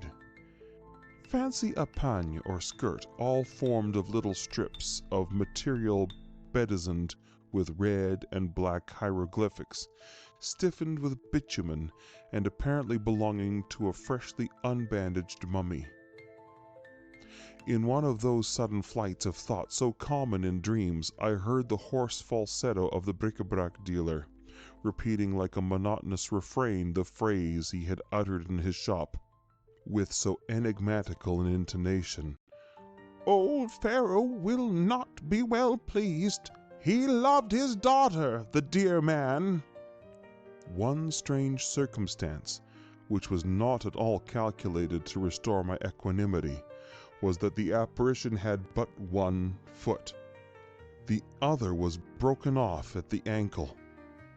She approached the table where the foot was starting and fidgeting about more than ever, and there supported herself upon the edge of the desk. I saw her eyes fill with pearly, gleaming tears. Although she had not as yet spoken, I fully comprehended the thoughts which agitated her. She looked at her foot, for it was indeed her own, with an exquisitely graceful expression of coquettish sadness, but the foot leaped and ran hither and thither, as though impelled on steel springs. Twice or thrice she extended her hand to seize it, but could not succeed. Then commenced between the Princess Hermonthis and her foot, which appeared to be endowed with a special life of its own, a very fantastic dialogue in a most ancient Coptic tongue, such as might have been spoken 30 centuries ago in the syrinxes of the land of Sur. Luckily, I understood Coptic perfectly well that night. The Princess Hermonthis cried, in a voice sweet and vibrant as the tones of a crystal bell, "Well, my dear little foot, you always flee from me, yet I always took good care of you. I bathed you with perfumed water in a bowl of alabaster. I smoothed your heel with pumice stone mixed with palm oil. Your nails were cut with golden scissors and polished with a hippopotamus tooth. I was careful to select tatbebs for you, painted and embroidered and turned up at the toes, which were the envy of all the young girls in Egypt. You wore on your great toe rings bearing the device of the sacred Scarabaeus, and you supported one of the lightest bodies that a lazy foot could sustain." The foot replied in a pouting and chagrined tone, "You know well that I do not belong to myself any longer. I have been bought and paid for. The old merchant knew what he was about. He bore you a grudge for having refused to espouse him. This is an ill turn which he has done you. The Arab who violated your royal coffin in the subterranean pits of the necropolis of Thebes was sent thither by him. He desired to prevent you from being present at the reunion of the shadowy nations in the cities below. Have you 5 pieces of gold for my ransom? Alas, no. My jewels, my rings, my purses of gold and silver were all stolen from me," answered the Princess Hermonthis with a sob. "Princess," I then exclaimed, "I never retained anybody's foot unjustly. Even though you have not got the 5 louis which it cost me, I present it to you gladly. I should feel unutterably wretched to think that I were the cause of so amiable a person as the Princess Hermonthis being lame." I delivered this discourse in a royally gallant, troubadour tone which must have astonished the beautiful Egyptian girl. She turned a look of deepest gratitude upon me, and her eyes shone with bluish gleams of light. She took her foot, which surrendered itself willingly this time, like a woman about to put on her little shoe, and adjusted it to her leg with much skill. This operation over, she took a few steps about the room, as though to assure herself that she was really no longer lame. "Ah, how pleased my father will be! He who was so unhappy because of my mutilation, and who from the moment of my birth set a whole nation at work to hollow me out a tomb so deep that he might preserve me intact until that last day when souls must be weighed in the balance of Amenti. Come with me to my father. He will receive you kindly, for you have given me back my foot." I thought this proposition natural enough. I arrayed myself in a dressing gown of large flowered pattern, which lent me a very pharaonic aspect, hurriedly put on a pair of Turkish slippers, and informed the Princess Hermonthis that I was ready to follow her. Before starting, Hermonthis took from her neck the little idol of green paste and laid it on the scattered sheets of paper which covered the table. "It is only fair," she observed smilingly, "that I should replace your paperweight." She gave me her hand, which felt soft and cold like the skin of a serpent, and we departed. We passed for some time with the velocity of an arrow through a fluid and grayish expanse, in which half-formed silhouettes flitted swiftly by us to right and left. For an instant we saw only sky and sea. A few moments later, obelisks commenced to tower in the distance. Pylons and vast flights of steps, guarded by sphinxes, became clearly outlined against the horizon. We had reached our destination. The princess conducted me to a mountain of rose-colored granite, in the face of which appeared an opening so narrow and low that it would have been difficult to distinguish it from the fissures in the rock, had not its location been marked by 2 stelae wrought with sculptures. Hermonthis kindled a torch and led the way before me. We traversed corridors hewn through the living rock, their walls covered with hieroglyphics and paintings of allegorical processions might well have occupied thousands of arms for thousands of years in their formation. These corridors of interminable length opened into square chambers, in the midst of which pits had been contrived, through which we descended by cramp irons or spiral stairways.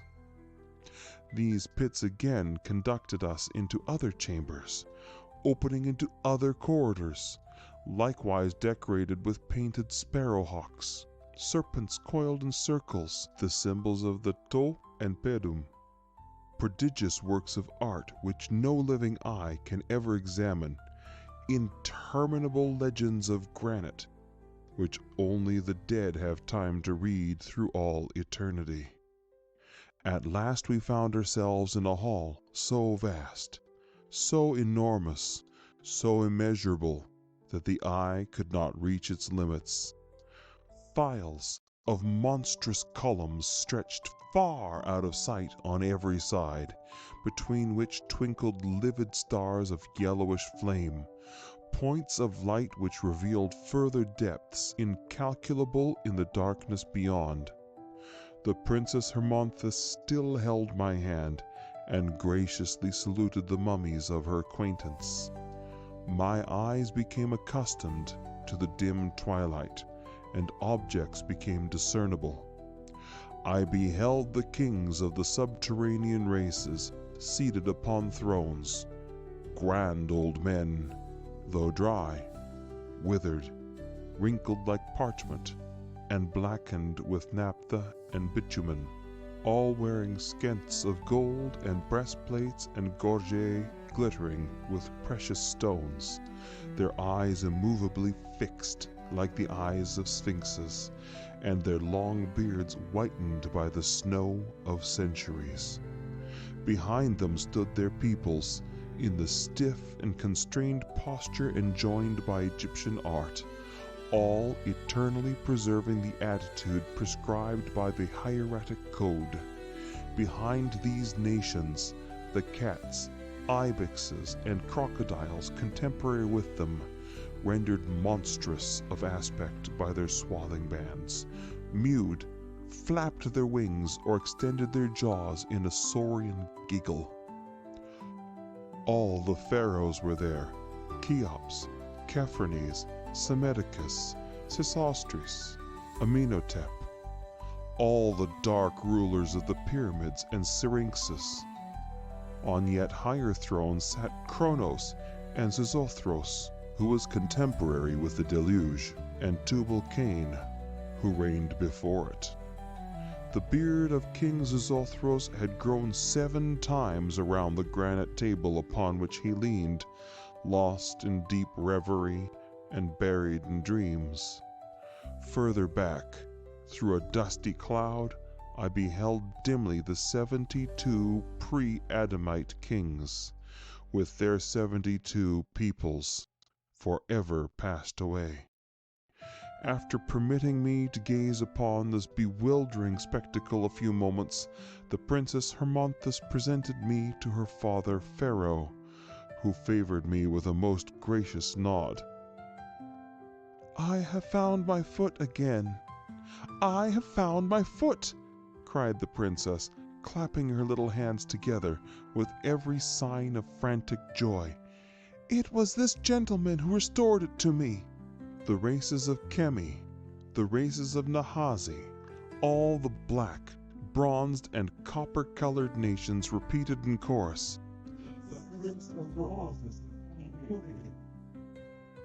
Even Xixouthros himself was visibly affected.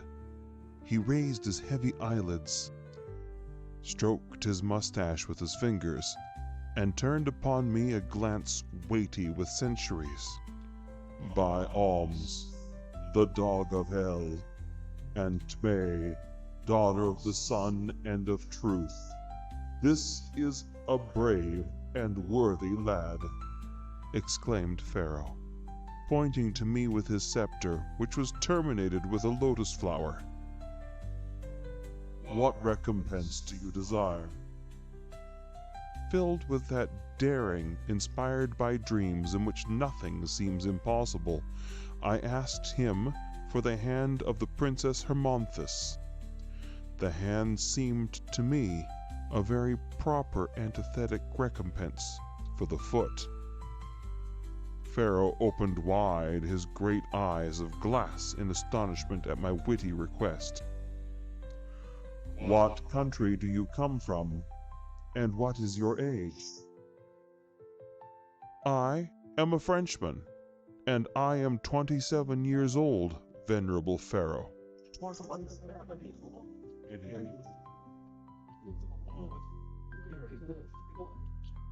Cried out at once all the thrones and all the circles of nations. Only Hermonthis herself did not seem to think my request unreasonable.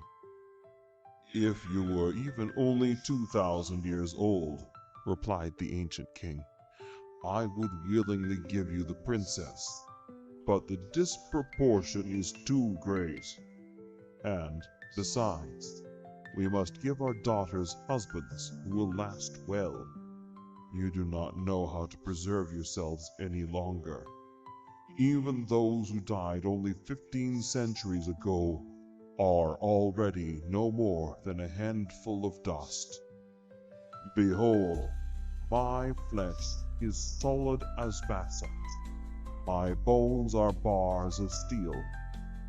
I will be present on the last day of the world with the same body and the same features which I had during my lifetime. My daughter Hermonthis will last longer than a statue of bronze. Then the last particles of your dust will have been scattered abroad by the winds, and even Isis herself, who was able to find the atoms of Osiris, would scarce be able to recompose your being. See how vigorous I yet remain, how mighty is my grasp, he added, shaking my hand in the English fashion with a strength that buried my rings in the flesh of my fingers. He squeezed me so hard that I awoke, and found my friend Alfred shaking me by the arm to make me get up. Oh, you everlasting sleeper! Must I have you carried out into the middle of the street and fireworks exploded in your ears? It is afternoon. Don't you recollect your promise to take me with you to see Monsieur Aguado's Spanish pictures? God, I forgot all about it, I answered, dressing myself hurriedly. We will go there at once. I have the permit lying there on my desk. I started to find it, but fancy my astonishment when I beheld, instead of the mummy's foot I had purchased the evening before, the little green paste idol left in its place by the Princess Hermonthis. End of The Mummy's Foot.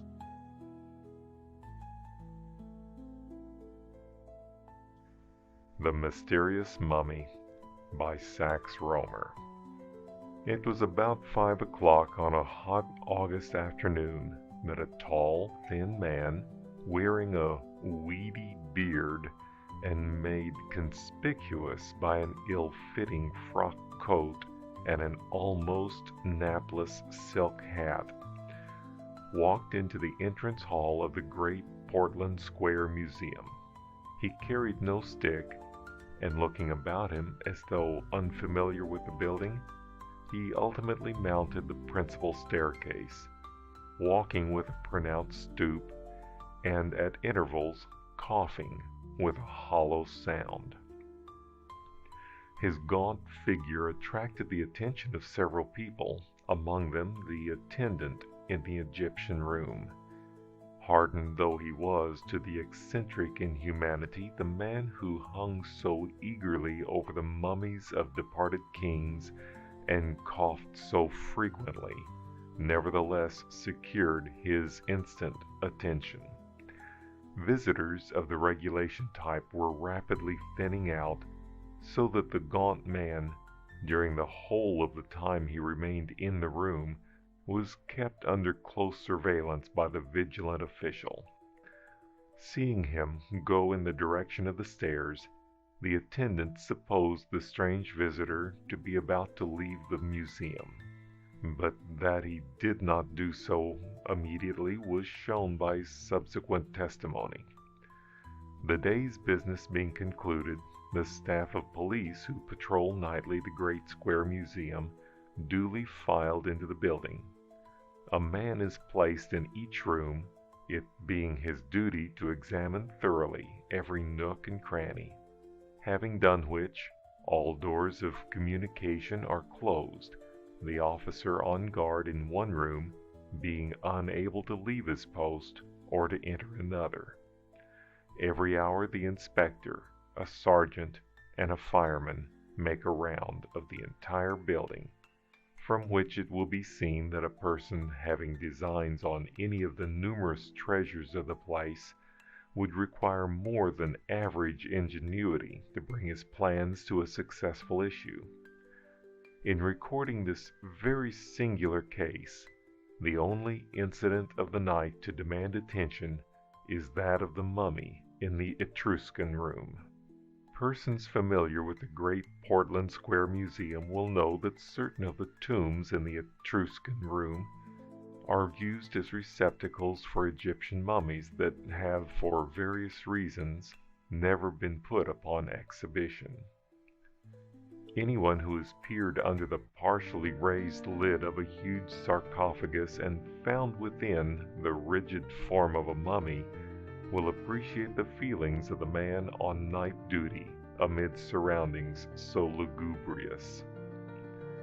The electric light, it should be mentioned, is not extinguished until the various apartments have been examined, and its extinction immediately precedes the locking of the door.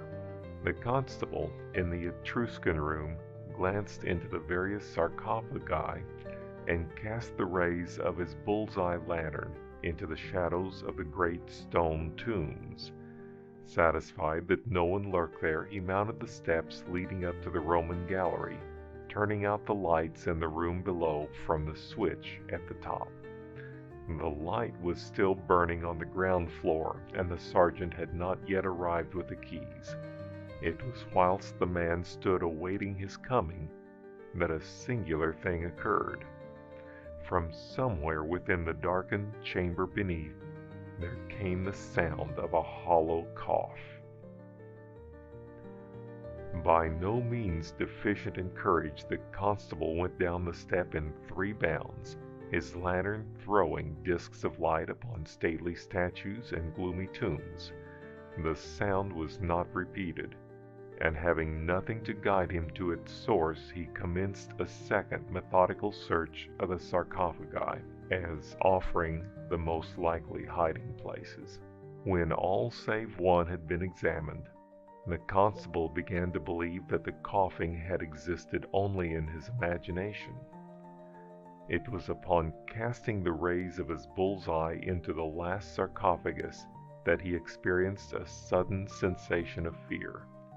It was empty, yet he distinctly remembered from his previous examination that a mummy had lain there. At the moment of making this weird discovery, he realized that he would have done better, before commencing his search for the man with the cough, first to turn on the light, for it must be remembered that he had extinguished the electric lamps. Determined to do so before pursuing his investigations further, he ran up the steps to find the Roman gallery in darkness. The bright disk of a lantern was approaching from the upper end, and the man ran forward. "Who turned off the lights here?" came the voice of the sergeant.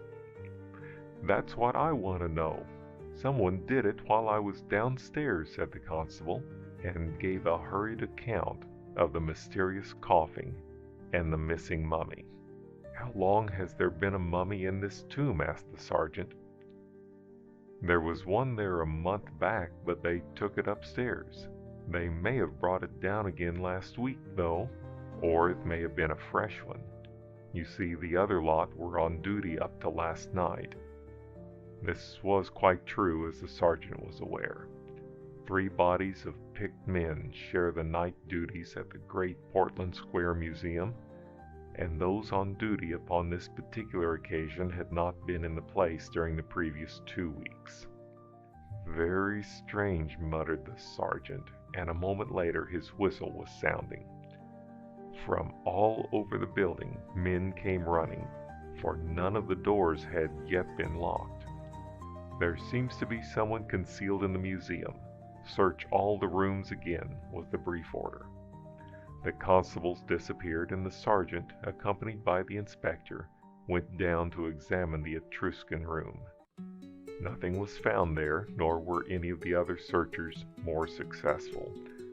There was no trace anywhere of a man in hiding. Beyond leaving open the door between the Roman gallery and the steps of the Etruscan room, no more could be done in the matter. The gallery communicates with the entrance hall, where the inspector, together with the sergeant and fireman, spends the night, and the idea of the former was to keep in touch with the scene of these singular happenings. His action was perfectly natural, but these precautions were subsequently proved to be absolutely useless. The night passed without any disturbing event, and the mystery of the vanishing mummy and the ghostly cough seemed likely to remain a mystery.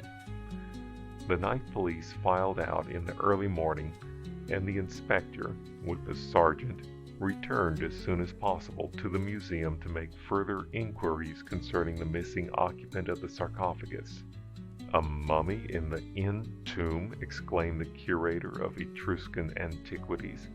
"My dear sir, there has been no mummy in there for nearly a month."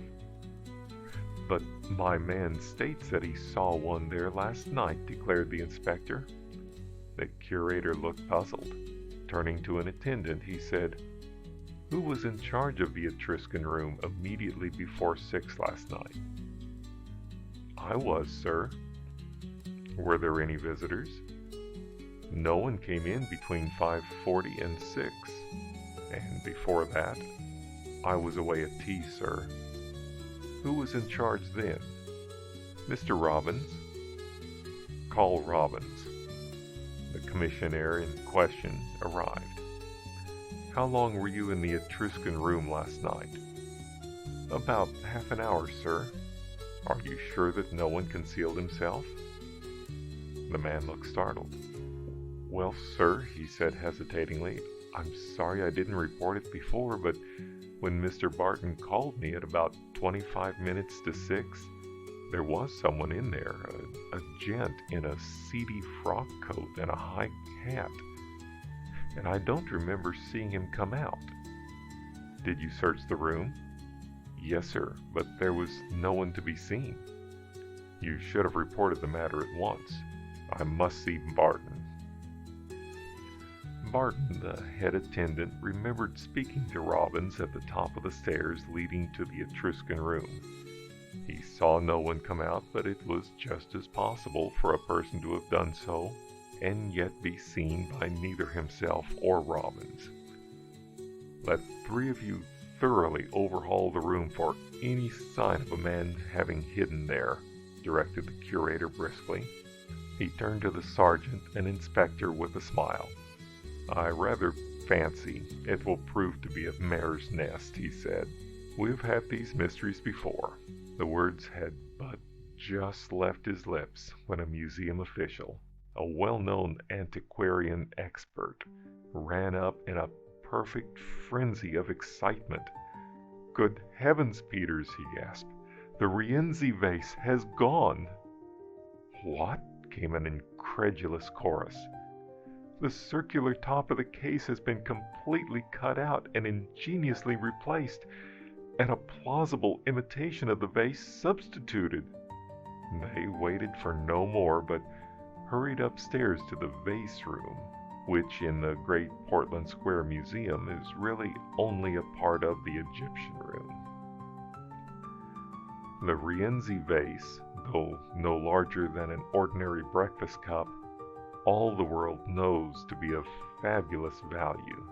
It seemed inconceivable that anyone could have stolen it, yet there in the midst of a knot of excited officials stood the empty case, whilst the imitation antique was being passed from hand to hand. Never before nor since has such a scene been witnessed in the museum. The staff, to a man, had lost their wits. What is to be done was the general inquiry. In less than half an hour the doors would have to be opened to the public, and the absence of the famous vase would inevitably be noticed. It was at this juncture, and whilst everyone was speaking at once, that one of the party standing close to a wall cabinet suddenly held up a warning finger. "Hush," he said. "Listen." A sudden silence fell upon the room, so that people running about in other apartments could be plainly heard. And presently, from somewhere behind the glass doors surrounding the place, came a low moan, electrifying the already excited listeners. The keys were promptly forthcoming, and then was made the second astounding discovery of the eventful morning. A man, gagged and bound, was imprisoned behind a great mummy case. Eager hands set to work to release him, and restoratives were applied, as he seemed to be in a very weak condition. He was but partially dressed, and breathed heavily through his nose like a man in a drunken slumber.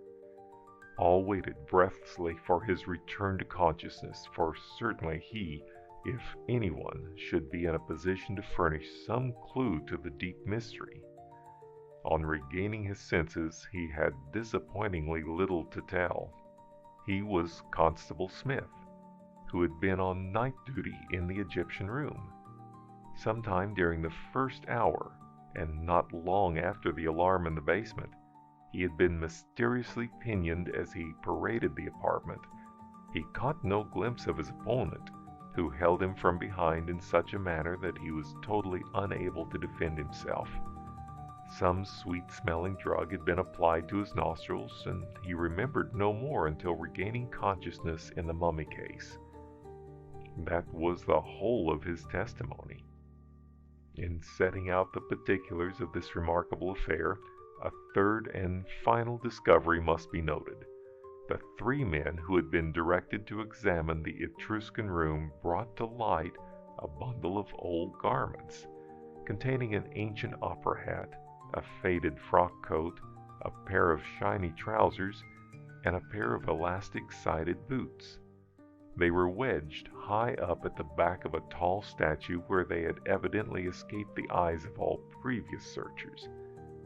That constituted the entire data upon which investigations had to be based. The Egyptian room was closed indefinitely for repairs. No further useful evidence could be obtained from anyone. Several witnesses furnished consistent descriptions of the shabby stranger with the hollow cough, but it may here be mentioned that no one of them ever set eyes upon him again. The inspector, the sergeant, and the fireman solemnly swore to have visited the Egyptian room at the end of each hour throughout the night, and to having found the constable on duty as usual.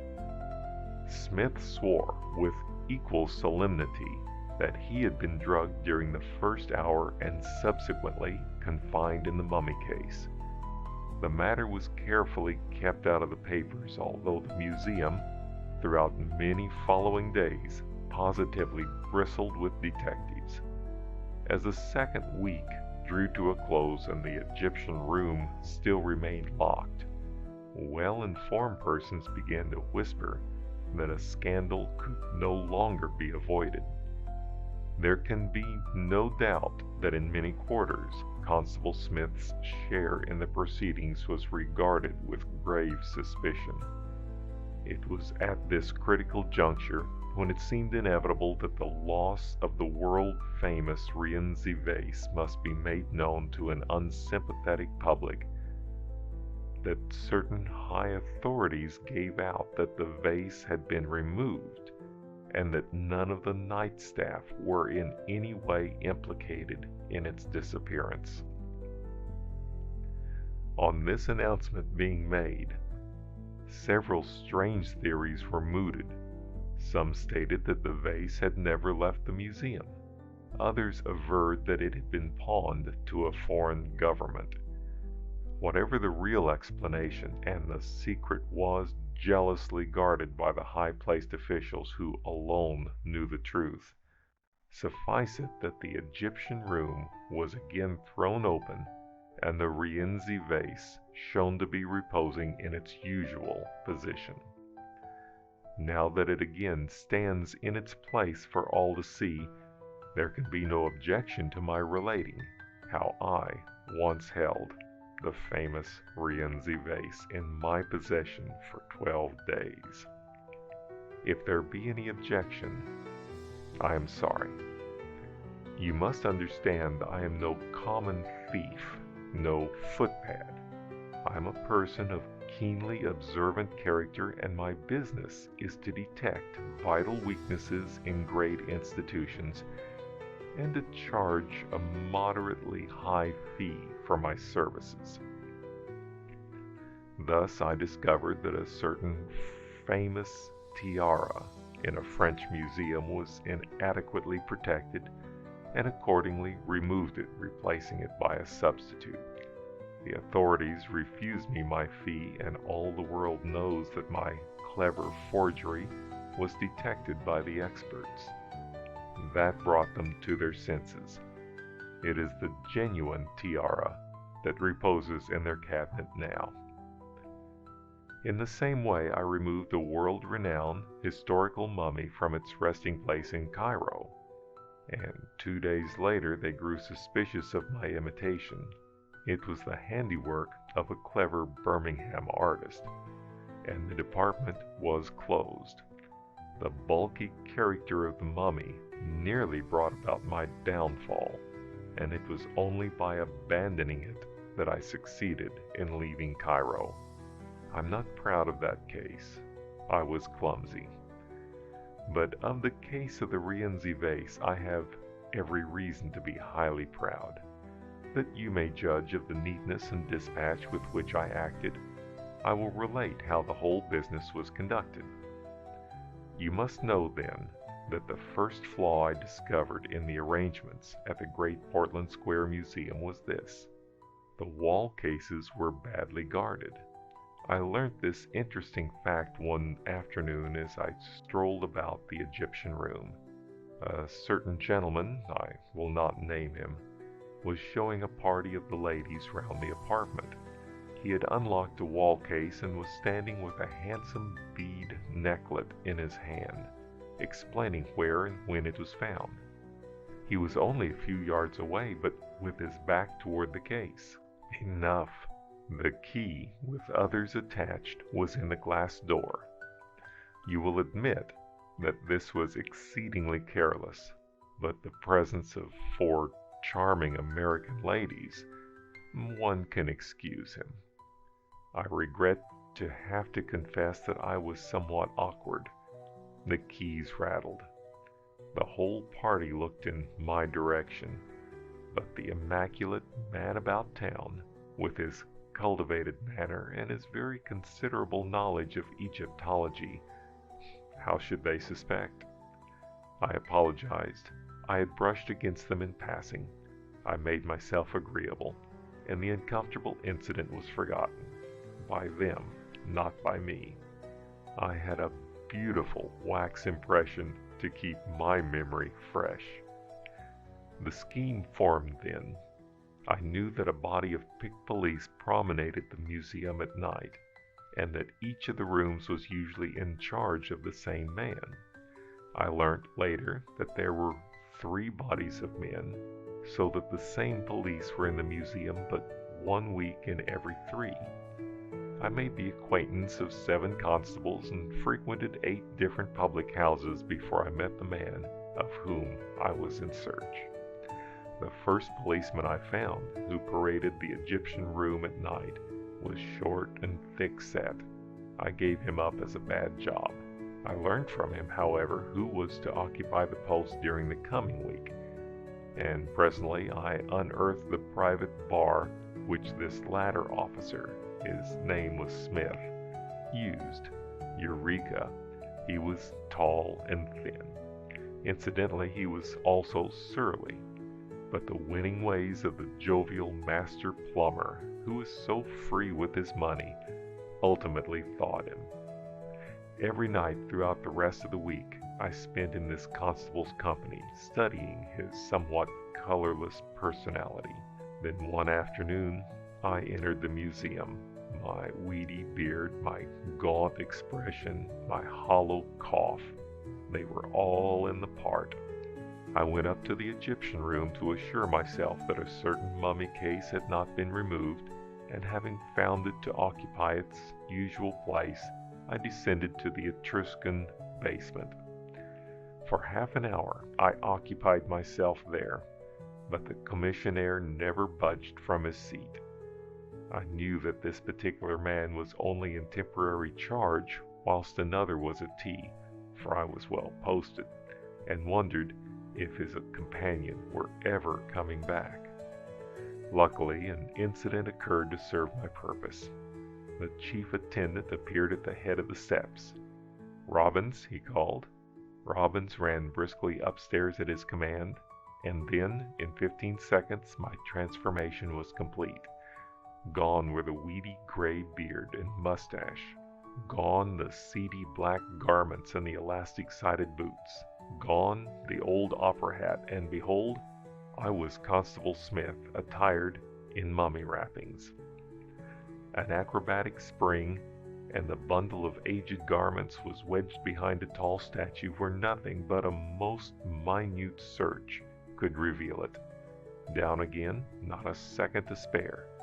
Into the empty sarcophagus at the further end of the room, and lastly, a hideous rubber mask slipped over the ruddy features of Constable Smith and attached behind the ears.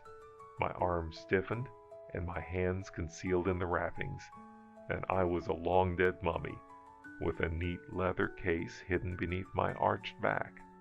Brisk work, I assure you, but one grows accustomed to it in time.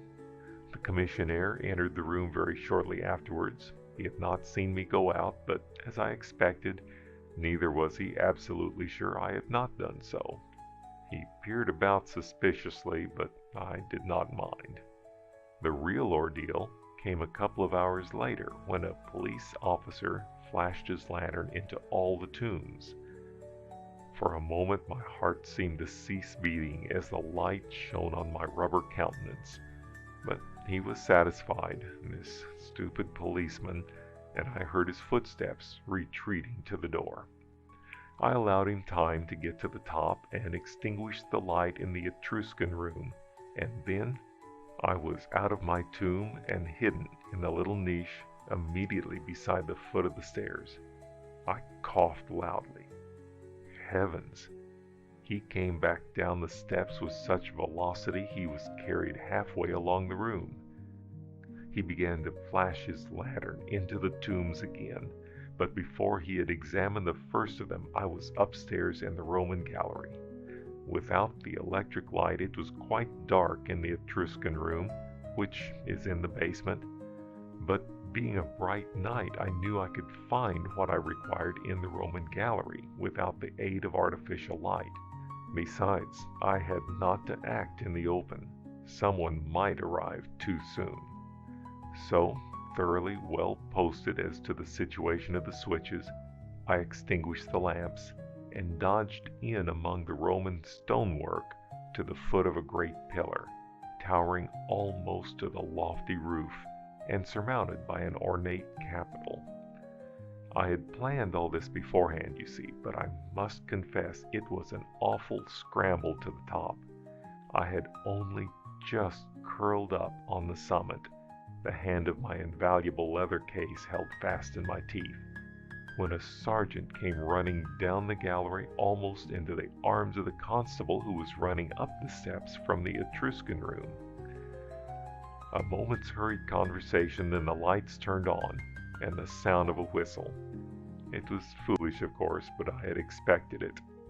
From all over the building, the police arrived, and fatigued as I was with my climb, yet another acrobatic feat was before me.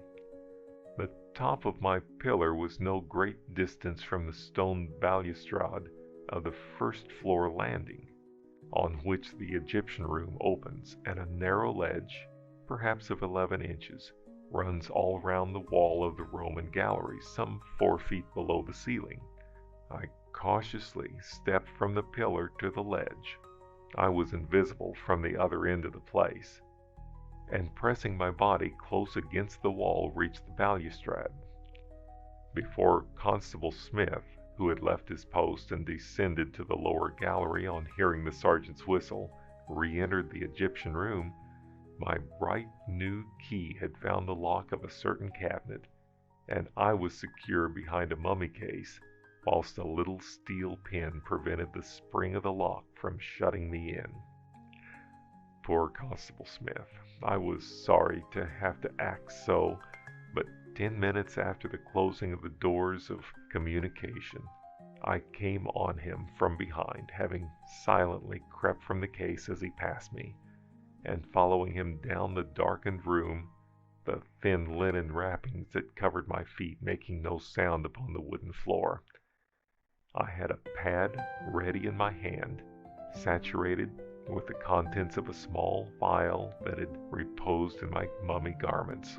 I thrust my knee in his spine, seized his hands by a trick which you may learn for a peseta any day in the purlieus of Tangier.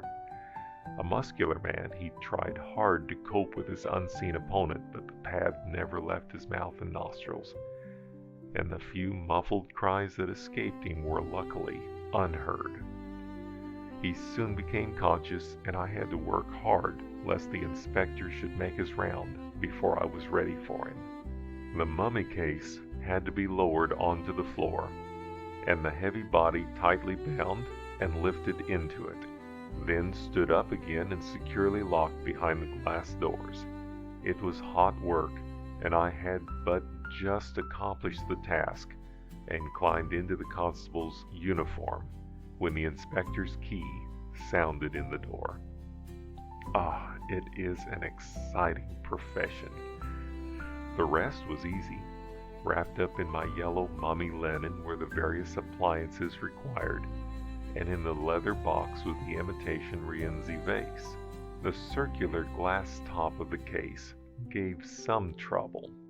So hard and thick was it I had to desist 5 times and conceal my tools, owing to the hourly visits of the inspector.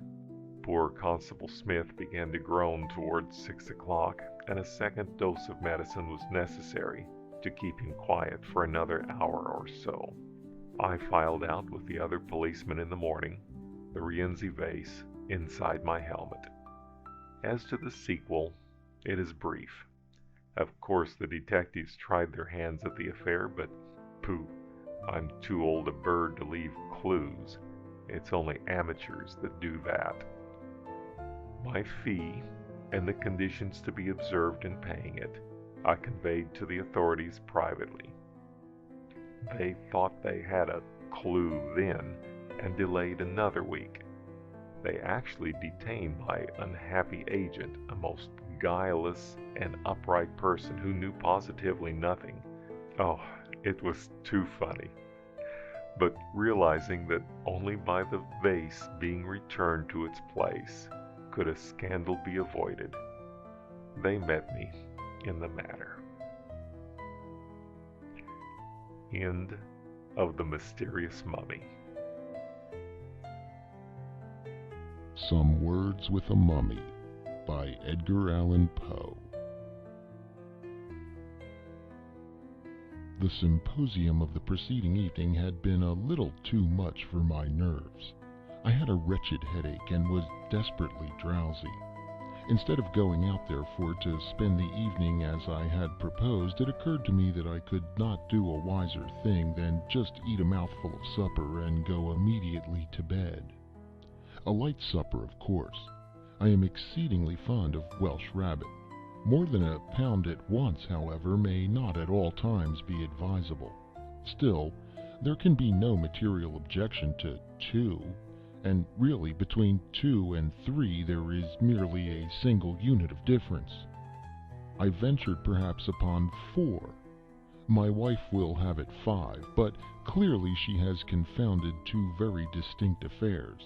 The abstract number 5 I am willing to admit, but concretely it has reference to bottles of brown stout, without which, in the way of condiment, Welsh rabbit is to be eschewed. Having thus concluded a frugal meal and donned my nightcap with the serene hope of enjoying it till noon the next day, I placed my head upon the pillow, and through the aid of a capital conscience fell into a profound slumber forthwith. But when were the hopes of humanity fulfilled? I could not have completed my 3rd snore when there came a furious ringing at the street doorbell, and then an impatient thumping at the knocker, which awakened me at once.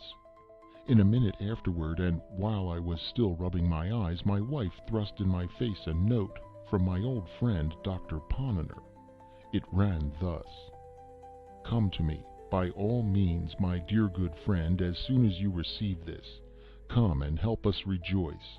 At last, by long persevering diplomacy, I have gained the assent of the directors of the City Museum to my examination of the mummy.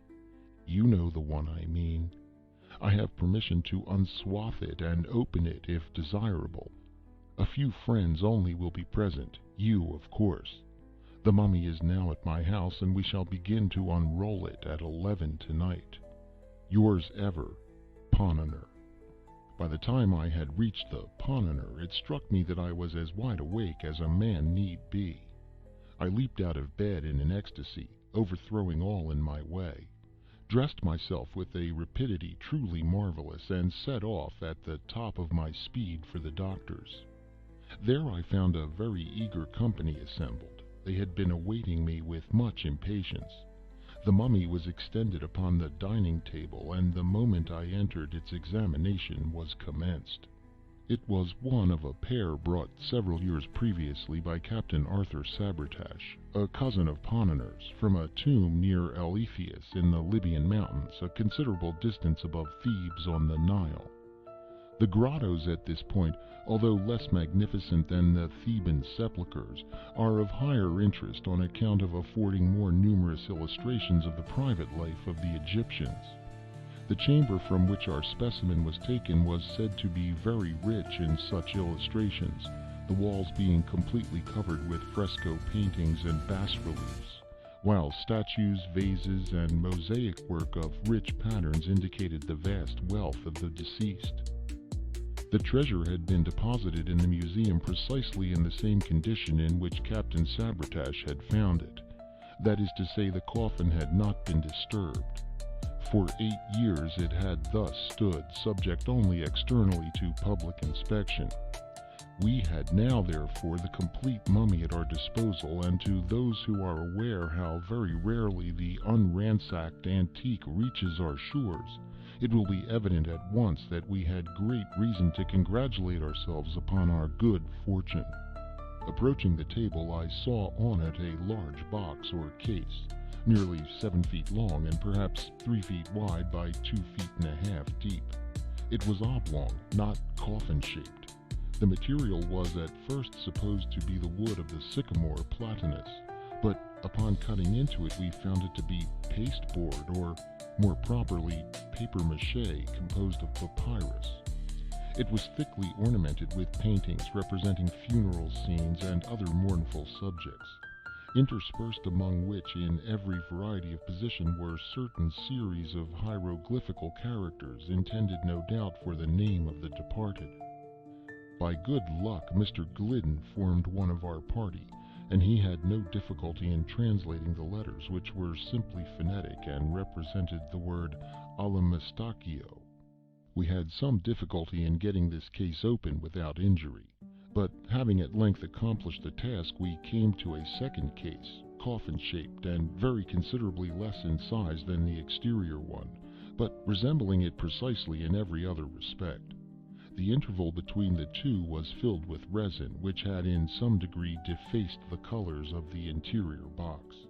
Upon opening this latter, which we did quite easily, we arrived at a third case, also coffin-shaped, and varying from the second one in no particular except in that of its material, which was cedar and still emitted a peculiar and highly aromatic odor of that wood. Between the second and third case there was no interval, the one fitting accurately within the other. Removing the third case, we discovered and took out the body itself. We had expected to find it, as usual, enveloped in frequent rolls or bandages of linen, but in place of these we found a sort of sheath made of papyrus and coated with a layer of plaster, thickly gilt and painted.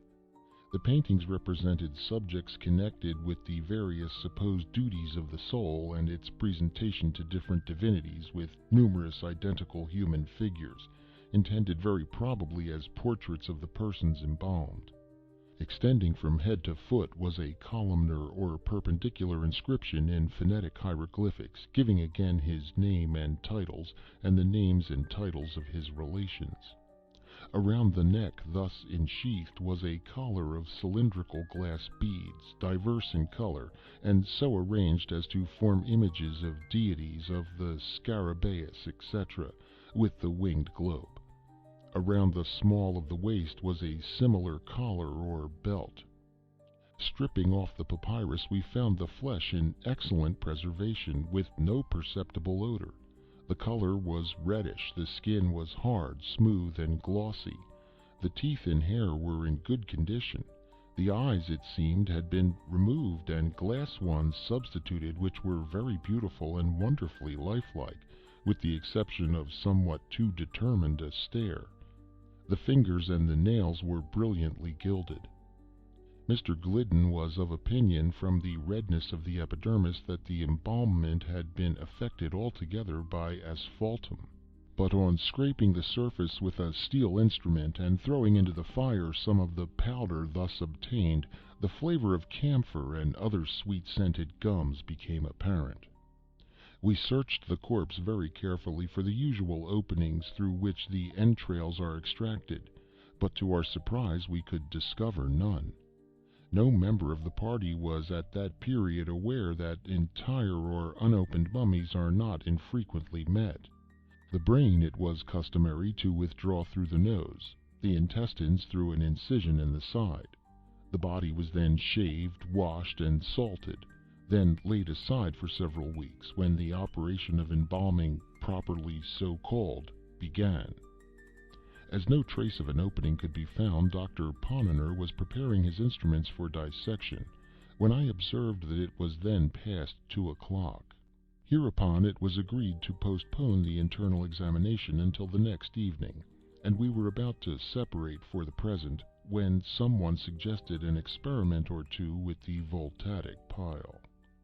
The application of electricity to a mummy 3,000 or 4,000 years old at least was an idea, if not very sage, still sufficiently original, and we all caught it at once. About 1/10 in earnest and 9/10 in jest, we arranged a battery in the doctor's study and conveyed thither the Egyptian. It was only after much trouble that we succeeded in laying bare some portions of the temporal muscle, which appeared of less stony rigidity than other parts of the frame, but which, as we had anticipated, of course, gave no indication of galvanic susceptibility when brought in contact with the wire. This, the first trial, indeed seemed decisive, and with a hearty laugh at our own absurdity, we were bidding each other good night, when my eyes, happening to fall upon those of the mummy, were there immediately riveted in amazement. My brief glance, in fact, had sufficed to assure me that the orbs, which we had all supposed to be glass, and which were originally noticeable for a certain wild stare, were now so far covered by the lids that only a small portion of the tunica albuginea remained visible. With a shout, I called attention to the fact, and it became immediately obvious to all. I cannot say that I was alarmed at the phenomenon, because alarmed is, in my case, not exactly the word. It is possible, however, that but for the brown stout, I might have been a little nervous. As for the rest of the company, they really made no attempt at concealing the downright fright which possessed them. Dr. Ponnonner was a man to be pitied. Mr. Glidden, by some peculiar process, rendered himself invisible. Mr. Silk Buckingham, I fancy, will scarcely be so bold as to deny that he made his way upon all fours under the table. After the first shock of astonishment, however, we resolved as a matter of course upon further experiment forthwith. Our operations were now directed against the great toe of the right foot. We made an incision over the outside of the exterior, a sesamodium pollicis pedis, and thus got at the root of the abductor muscle.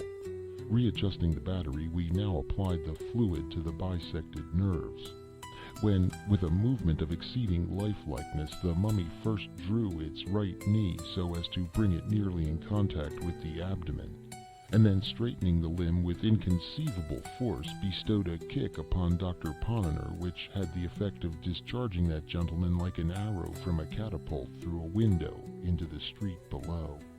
We rushed out en masse to bring in the mangled remains of the victim, but had the happiness to meet him upon the staircase coming up in an unaccountable hurry, brimful of the most ardent philosophy, and more than ever impressed with the necessity of prosecuting our experiment with vigor and with zeal.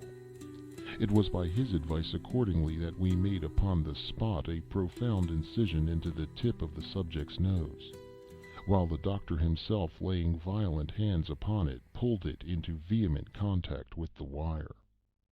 Morally and physically, figuratively and literally, was the effect electric.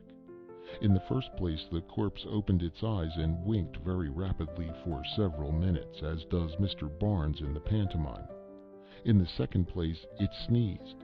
In the third, it sat upon end. In the fourth, it shook its fist in Dr. Ponnonner's face. In the fifth, turning to Messrs. Glidden and Buckingham, it addressed them in very capital Egyptian thus: "I must say, gentlemen, that I am as much surprised as I am mortified at your behavior.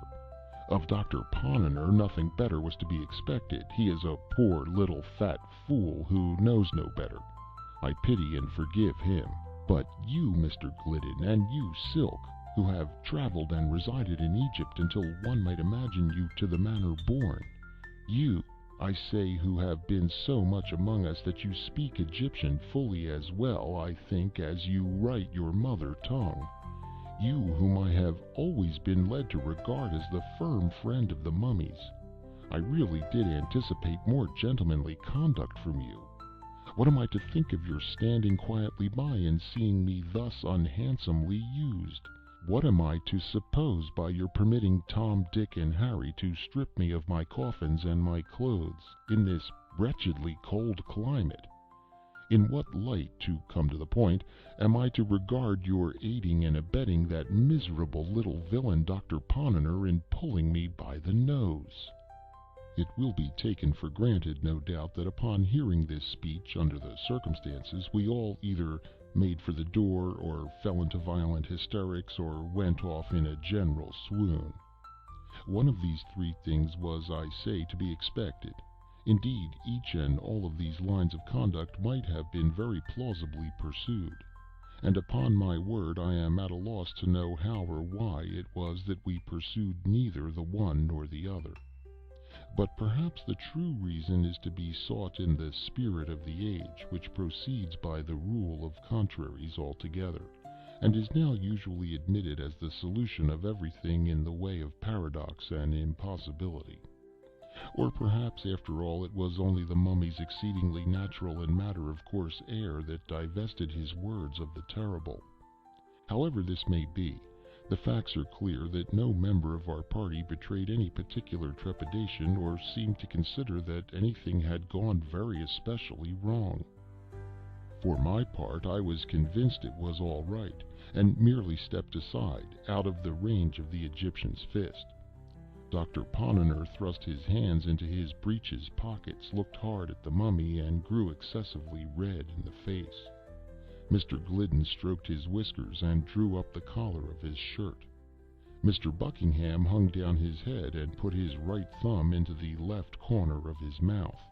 The Egyptian regarded him with a severe countenance for some minutes, and at length with a sneer said, "Why do you not speak, Mr. Buckingham? Did you hear what I asked you, or not?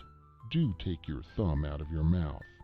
Mr. Buckingham hereupon gave a slight start, took his right thumb out of the left corner of his mouth, and by way of indemnification inserted his left thumb in the right corner of the aperture above mentioned. Not being able to get an answer from Mr. B., the figure turned peevishly to Mr. Glidden, and in a peremptory tone demanded in general terms what we all meant. Mr. Glidden replied at great length in phonetics, but for the deficiency of American printing offices in hieroglyphical type, it would afford me much pleasure to record here in the original the whole of his very excellent speech. I may as well take this occasion to remark that all the subsequent conversation in which the mummy took part was carried on in primitive Egyptian through the medium, so far as concerned myself and other untraveled members of the company, through the medium, I say, of Messrs. Glidden and Buckingham as interpreters. These gentlemen spoke the mother tongue of the mummy with inimitable fluency and grace, but I could not help observing that, owing no doubt to the introduction of images entirely modern and of course entirely novel to the stranger, the two travelers were reduced occasionally to the employment of sensible forms for the purpose of conveying a particular meaning. Mr. Glidden at one period, for example, could not make the Egyptian comprehend the term politics, until he sketched upon the wall with a bit of charcoal a little carbuncle-nosed gentleman out at elbows, standing upon a stump, with his left leg drawn back, his right arm thrown forward with his fist shut, the eyes rolled up toward heaven, and the mouth open at an angle of 90 degrees. Just in the same way, Mr. Buckingham failed to convey the absolutely modern idea of wig, until, at Dr. Ponnonner's suggestion, he grew very pale in the face and consented to take off his own. It will be readily understood that Mr. Glidden's discourse turned chiefly upon the vast benefits accruing to science from the unrolling and disemboweling of mummies, apologizing upon this score for any disturbance that might have been occasioned him, in particular the individual mummy called Alamistachio, and concluding with a mere hint, for it could scarcely be considered more, that as these little matters were now explained, it might be as well to proceed with the investigation intended. Here Dr. Ponnonner made ready his instruments. In regard to the latter suggestions of the orator, it appeared that Alamistachio had certain scruples of conscience, the nature of which I did not distinctly learn, but he expressed himself satisfied with the apologies tendered, and getting down from the table shook hands with the company all around. When this ceremony was at an end, we immediately busied ourselves in repairing the damages which our subject had sustained from the scalpel. We sewed up the wound in his temple, bandaged his foot, and applied a square inch of black plaster to the tip of his nose. It was now observed that the Count, this was the title, it seems, of Alamistachio, had a slight fit of shivering, no doubt from the cold.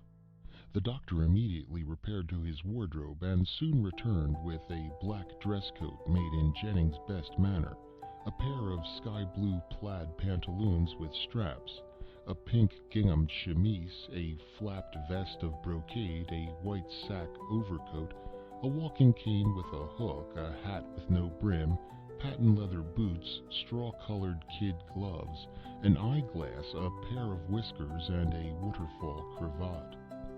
Owing to the disparity of size between the Count and the doctor, the proportion being as 2 to 1, there was some little difficulty in adjusting these habiliments upon the person of the Egyptian, but when all was arranged he might have been said to be dressed.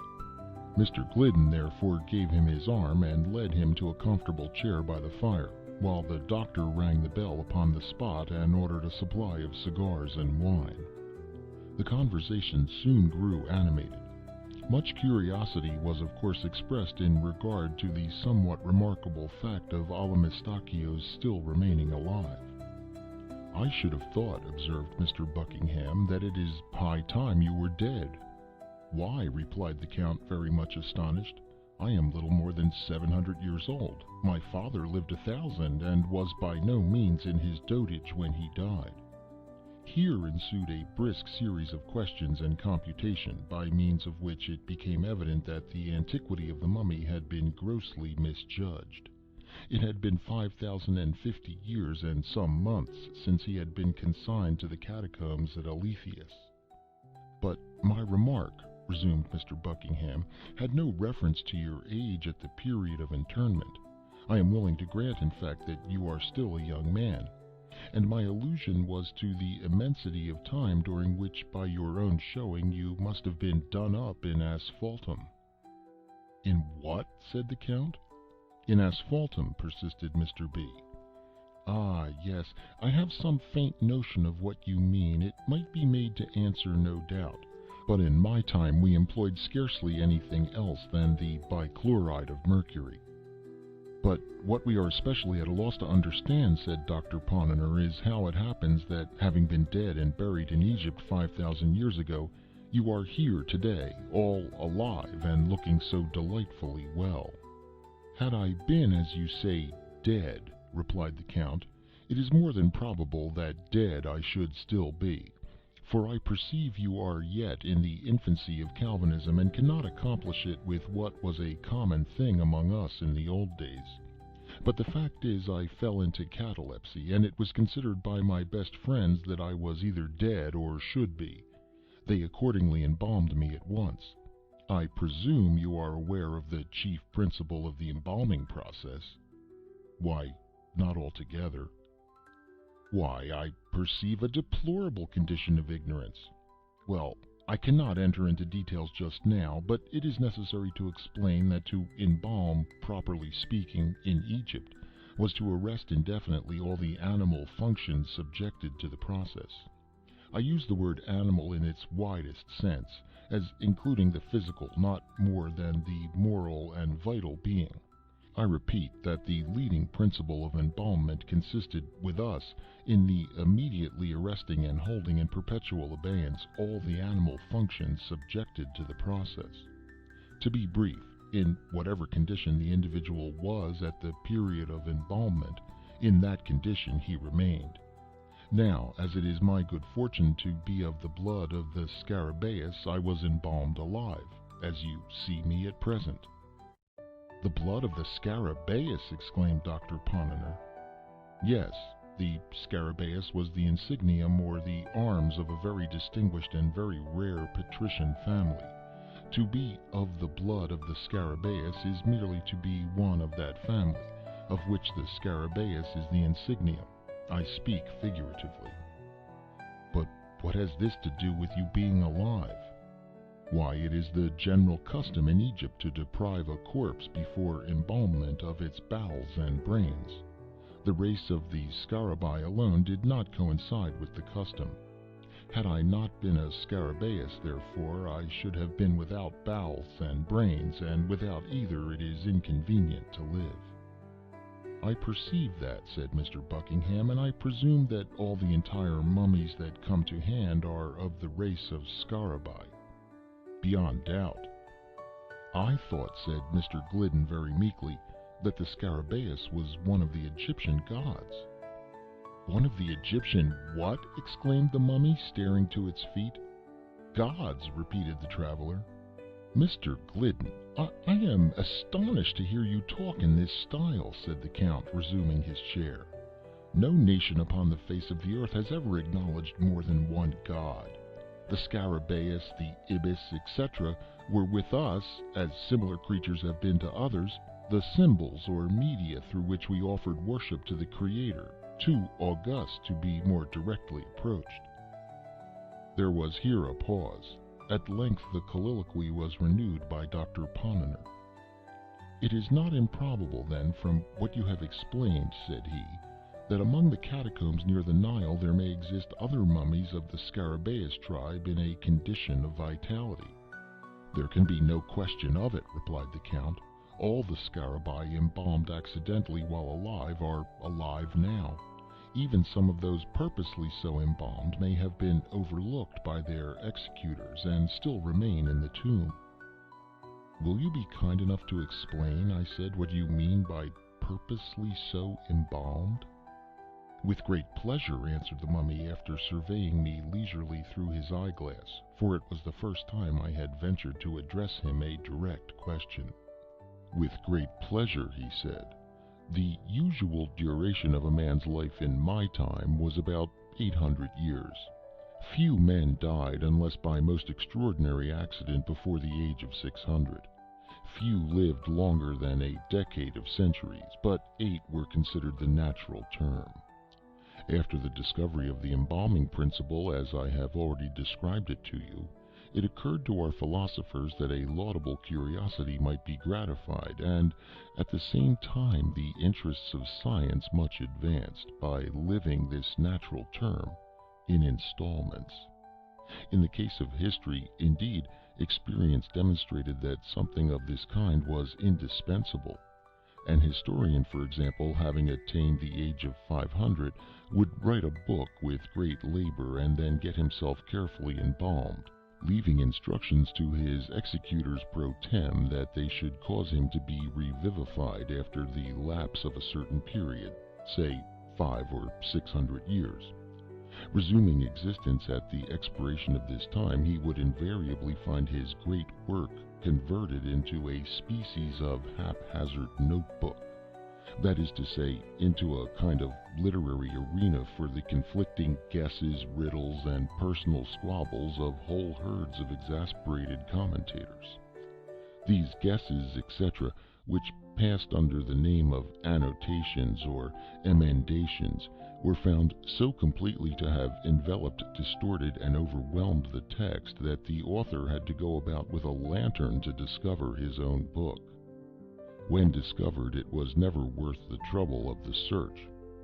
After rewriting it throughout, it was regarded as the bounden duty of the historian to set himself to work immediately in correcting from his own private knowledge and experience the traditions of the day concerning the epoch at which he had originally lived.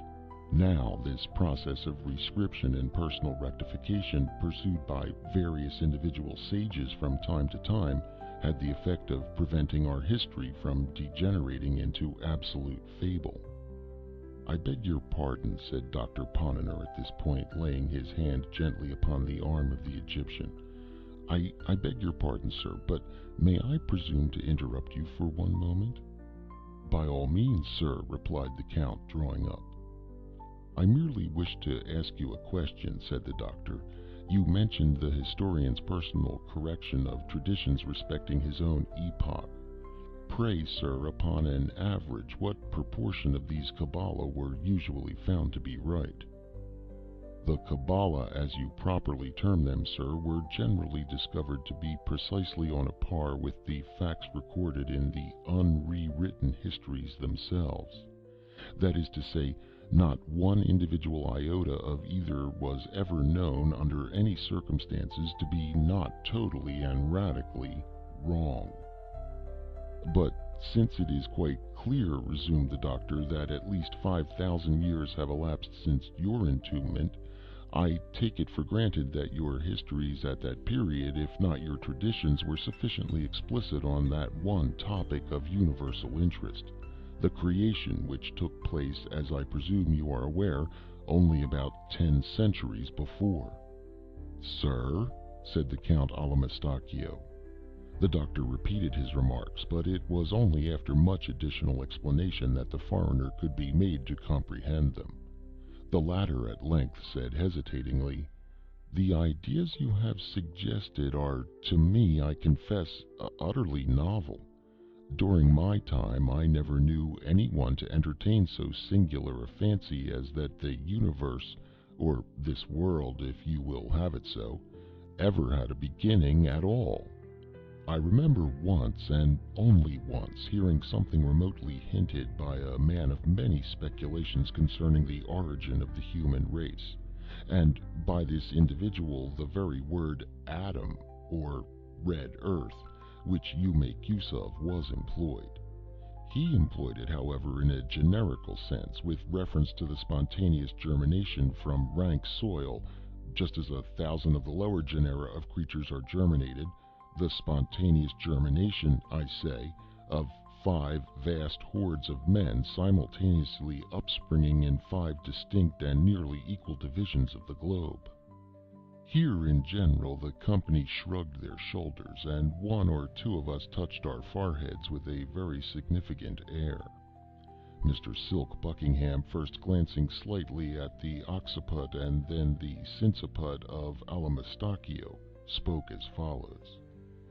The long duration of human life in your time, together with the occasional practice of passing it, as you have explained, in installments, must have had indeed a strong tendency to the general development and conglomeration of knowledge. I presume, therefore, that we are to attribute the marked inferiority of the old Egyptians in all particulars of science, when compared with the moderns, and more especially with the Yankees, altogether to the superior solidity of the Egyptian skull. I confess again, replied the Count with much suavity, that I am somewhat at a loss to comprehend you. Pray, to what particulars of science do you allude?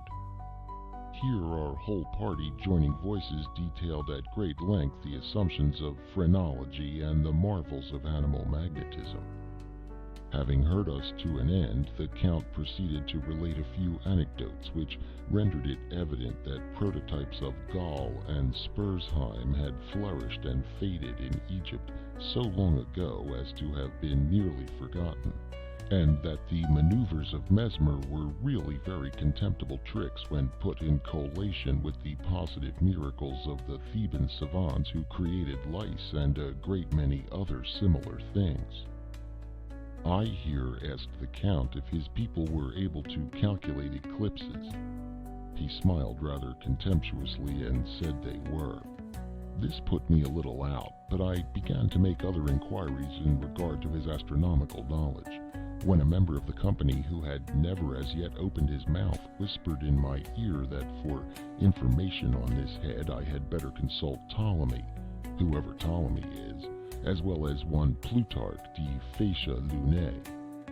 I then questioned the mummy about burning glasses and lenses, and in general about the manufacture of glass, but I had not made an end of my queries before the silent member again touched me quietly on the elbow and begged me for God's sake to take a peep at Diodorus Siculus.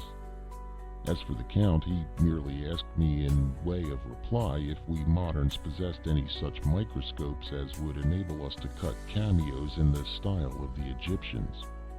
While I was thinking how I should answer this question, little Dr. Ponnonner committed himself in a very extraordinary way. "Look at our architecture," he exclaimed greatly, to the indignation of both travelers, who pinched him black and blue to no purpose. "Look," he cried with enthusiasm, "at the Bowling Green Fountain in New York. Or if this be too vast a contemplation, regard for a moment the Capitol at Washington, D.C."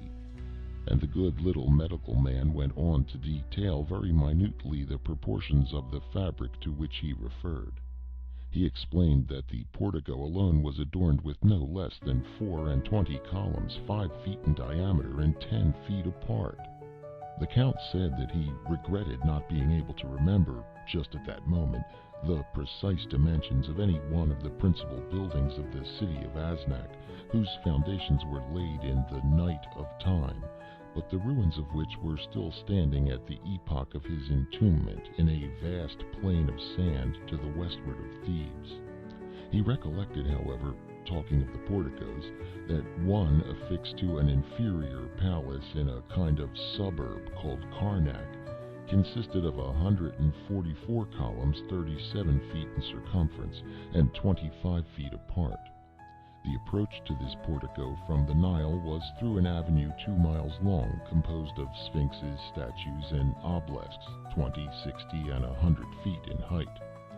The palace itself, as well as he could remember, was in one direction 2 miles long and might have been altogether about 7 in circuit. Its walls were richly painted all over, within and without, with hieroglyphics. He would not pretend to assert that even 50 or 60 of the doctor's capitals might have been built within these walls, but he was by no means sure that 200 or 300 of them might not have been squeezed in with some trouble. That palace at Karnak was an insignificant little building after all. He, the Count, however, could not conscientiously refuse to admit the ingenuity, magnificence, and superiority of the fountain at the Bowling Green as described by the doctor. Nothing like it, he was forced to allow, had ever been seen in Egypt or elsewhere. I here asked the Count what he had to say to our railroads. Nothing, he replied, in particular. They were rather slight, rather ill-conceived, and clumsily put together. They could not be compared, of course, with the vast, level, direct, iron-grooved causeways upon which the Egyptians conveyed entire temples and solid obelisks of 150 feet in altitude. I spoke of our gigantic mechanical forces. He agreed that we knew something in that way, but inquired how I should have gone to work in getting up the imposts on the lintels of even the little palace at Karnak.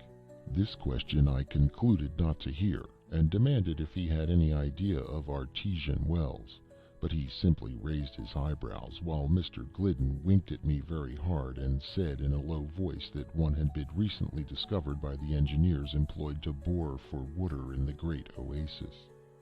I then mentioned our steel, but the foreigner elevated his nose and asked me if our steel could have executed the sharp carved work seen on the obelisks, and which was wrought altogether by edge tools of copper. This disconcerted us so greatly that we thought it advisable to vary the attack to metaphysics. We sent for a copy of a book called The Dial, and read out of it a chapter or two about something that is not very clear, but which the Bostonians call the Great Movement of Progress. The Count merely said that great movements were awfully common things in his day, and as for progress, it was at one time quite a nuisance, but it had never progressed. We then spoke of the great beauty and importance of democracy, and were at much trouble in impressing the Count with a due sense of the advantages we enjoyed in living where there was suffrage ad libitum and no king. He listened with marked interest, and in fact seemed not a little amused. When we had done, he said that a great while ago there had occurred something of a very similar sort. 13 Egyptian provinces determined all at once to be free, and to set a magnificent example to the rest of mankind. They assembled their wise men and concocted the most ingenious constitution it is possible to conceive. For a while they managed remarkably well, only their habit of bragging was prodigious. The thing ended, however, in the consolidation of the 13 states with some 15 or 20 others in the most odious and insupportable despotism that was ever heard of upon the face of the earth. I asked what was the name of the usurping tyrant. As well as the Count could recollect, it was Mob. Not knowing what to say to this, I raised my voice and deplored the Egyptian ignorance of steam. The Count looked at me with much astonishment, but made no answer. The silent gentleman, however, gave me a violent nudge in the ribs with his elbows, told me I had sufficiently exposed myself for once, and demanded if I was really such a fool as not to know that the modern steam engine is derived from the invention of Hero through Solomon Tikos. We were now in imminent danger of being discomfited, but as good luck would have it, Dr. Ponnonner, having rallied, returned to our rescue, and inquired if the people of Egypt would seriously pretend to rival the moderns in the all-important particular of dress. The Count at this glanced downward to the straps of his pantaloons, and then taking hold of the end of one of his coat-tails, held it up close to his eyes for some minutes.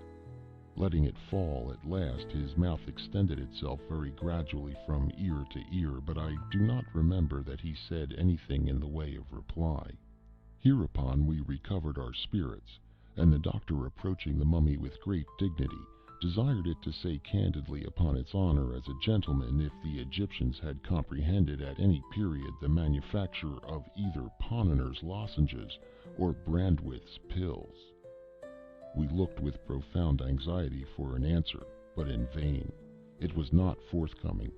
The Egyptian blushed and hung down his head. Never was triumph more consummate, never was defeat borne with so ill a grace. Indeed, I could not endure the spectacle of the poor mummy's mortification. I reached my hat, bowed to him swiftly, and took leave. Upon getting home I found it past 4 o'clock and went immediately to bed. It is now 10 a.m. I have been up since 7 penning these memoranda for the benefit of my family and of mankind. The former I shall behold no more. My wife is a shrew. The truth is, I am heartily sick of this life of the 19th century in general. I am convinced that everything is going wrong. Besides, I am anxious to know who will be president in 2045. As soon, therefore, as I shave and swallow a cup of coffee, I shall just step over to Ponnonner's and get embalmed for a couple of 100 years. End of Some Words with a Mummy by Edgar Allan Poe.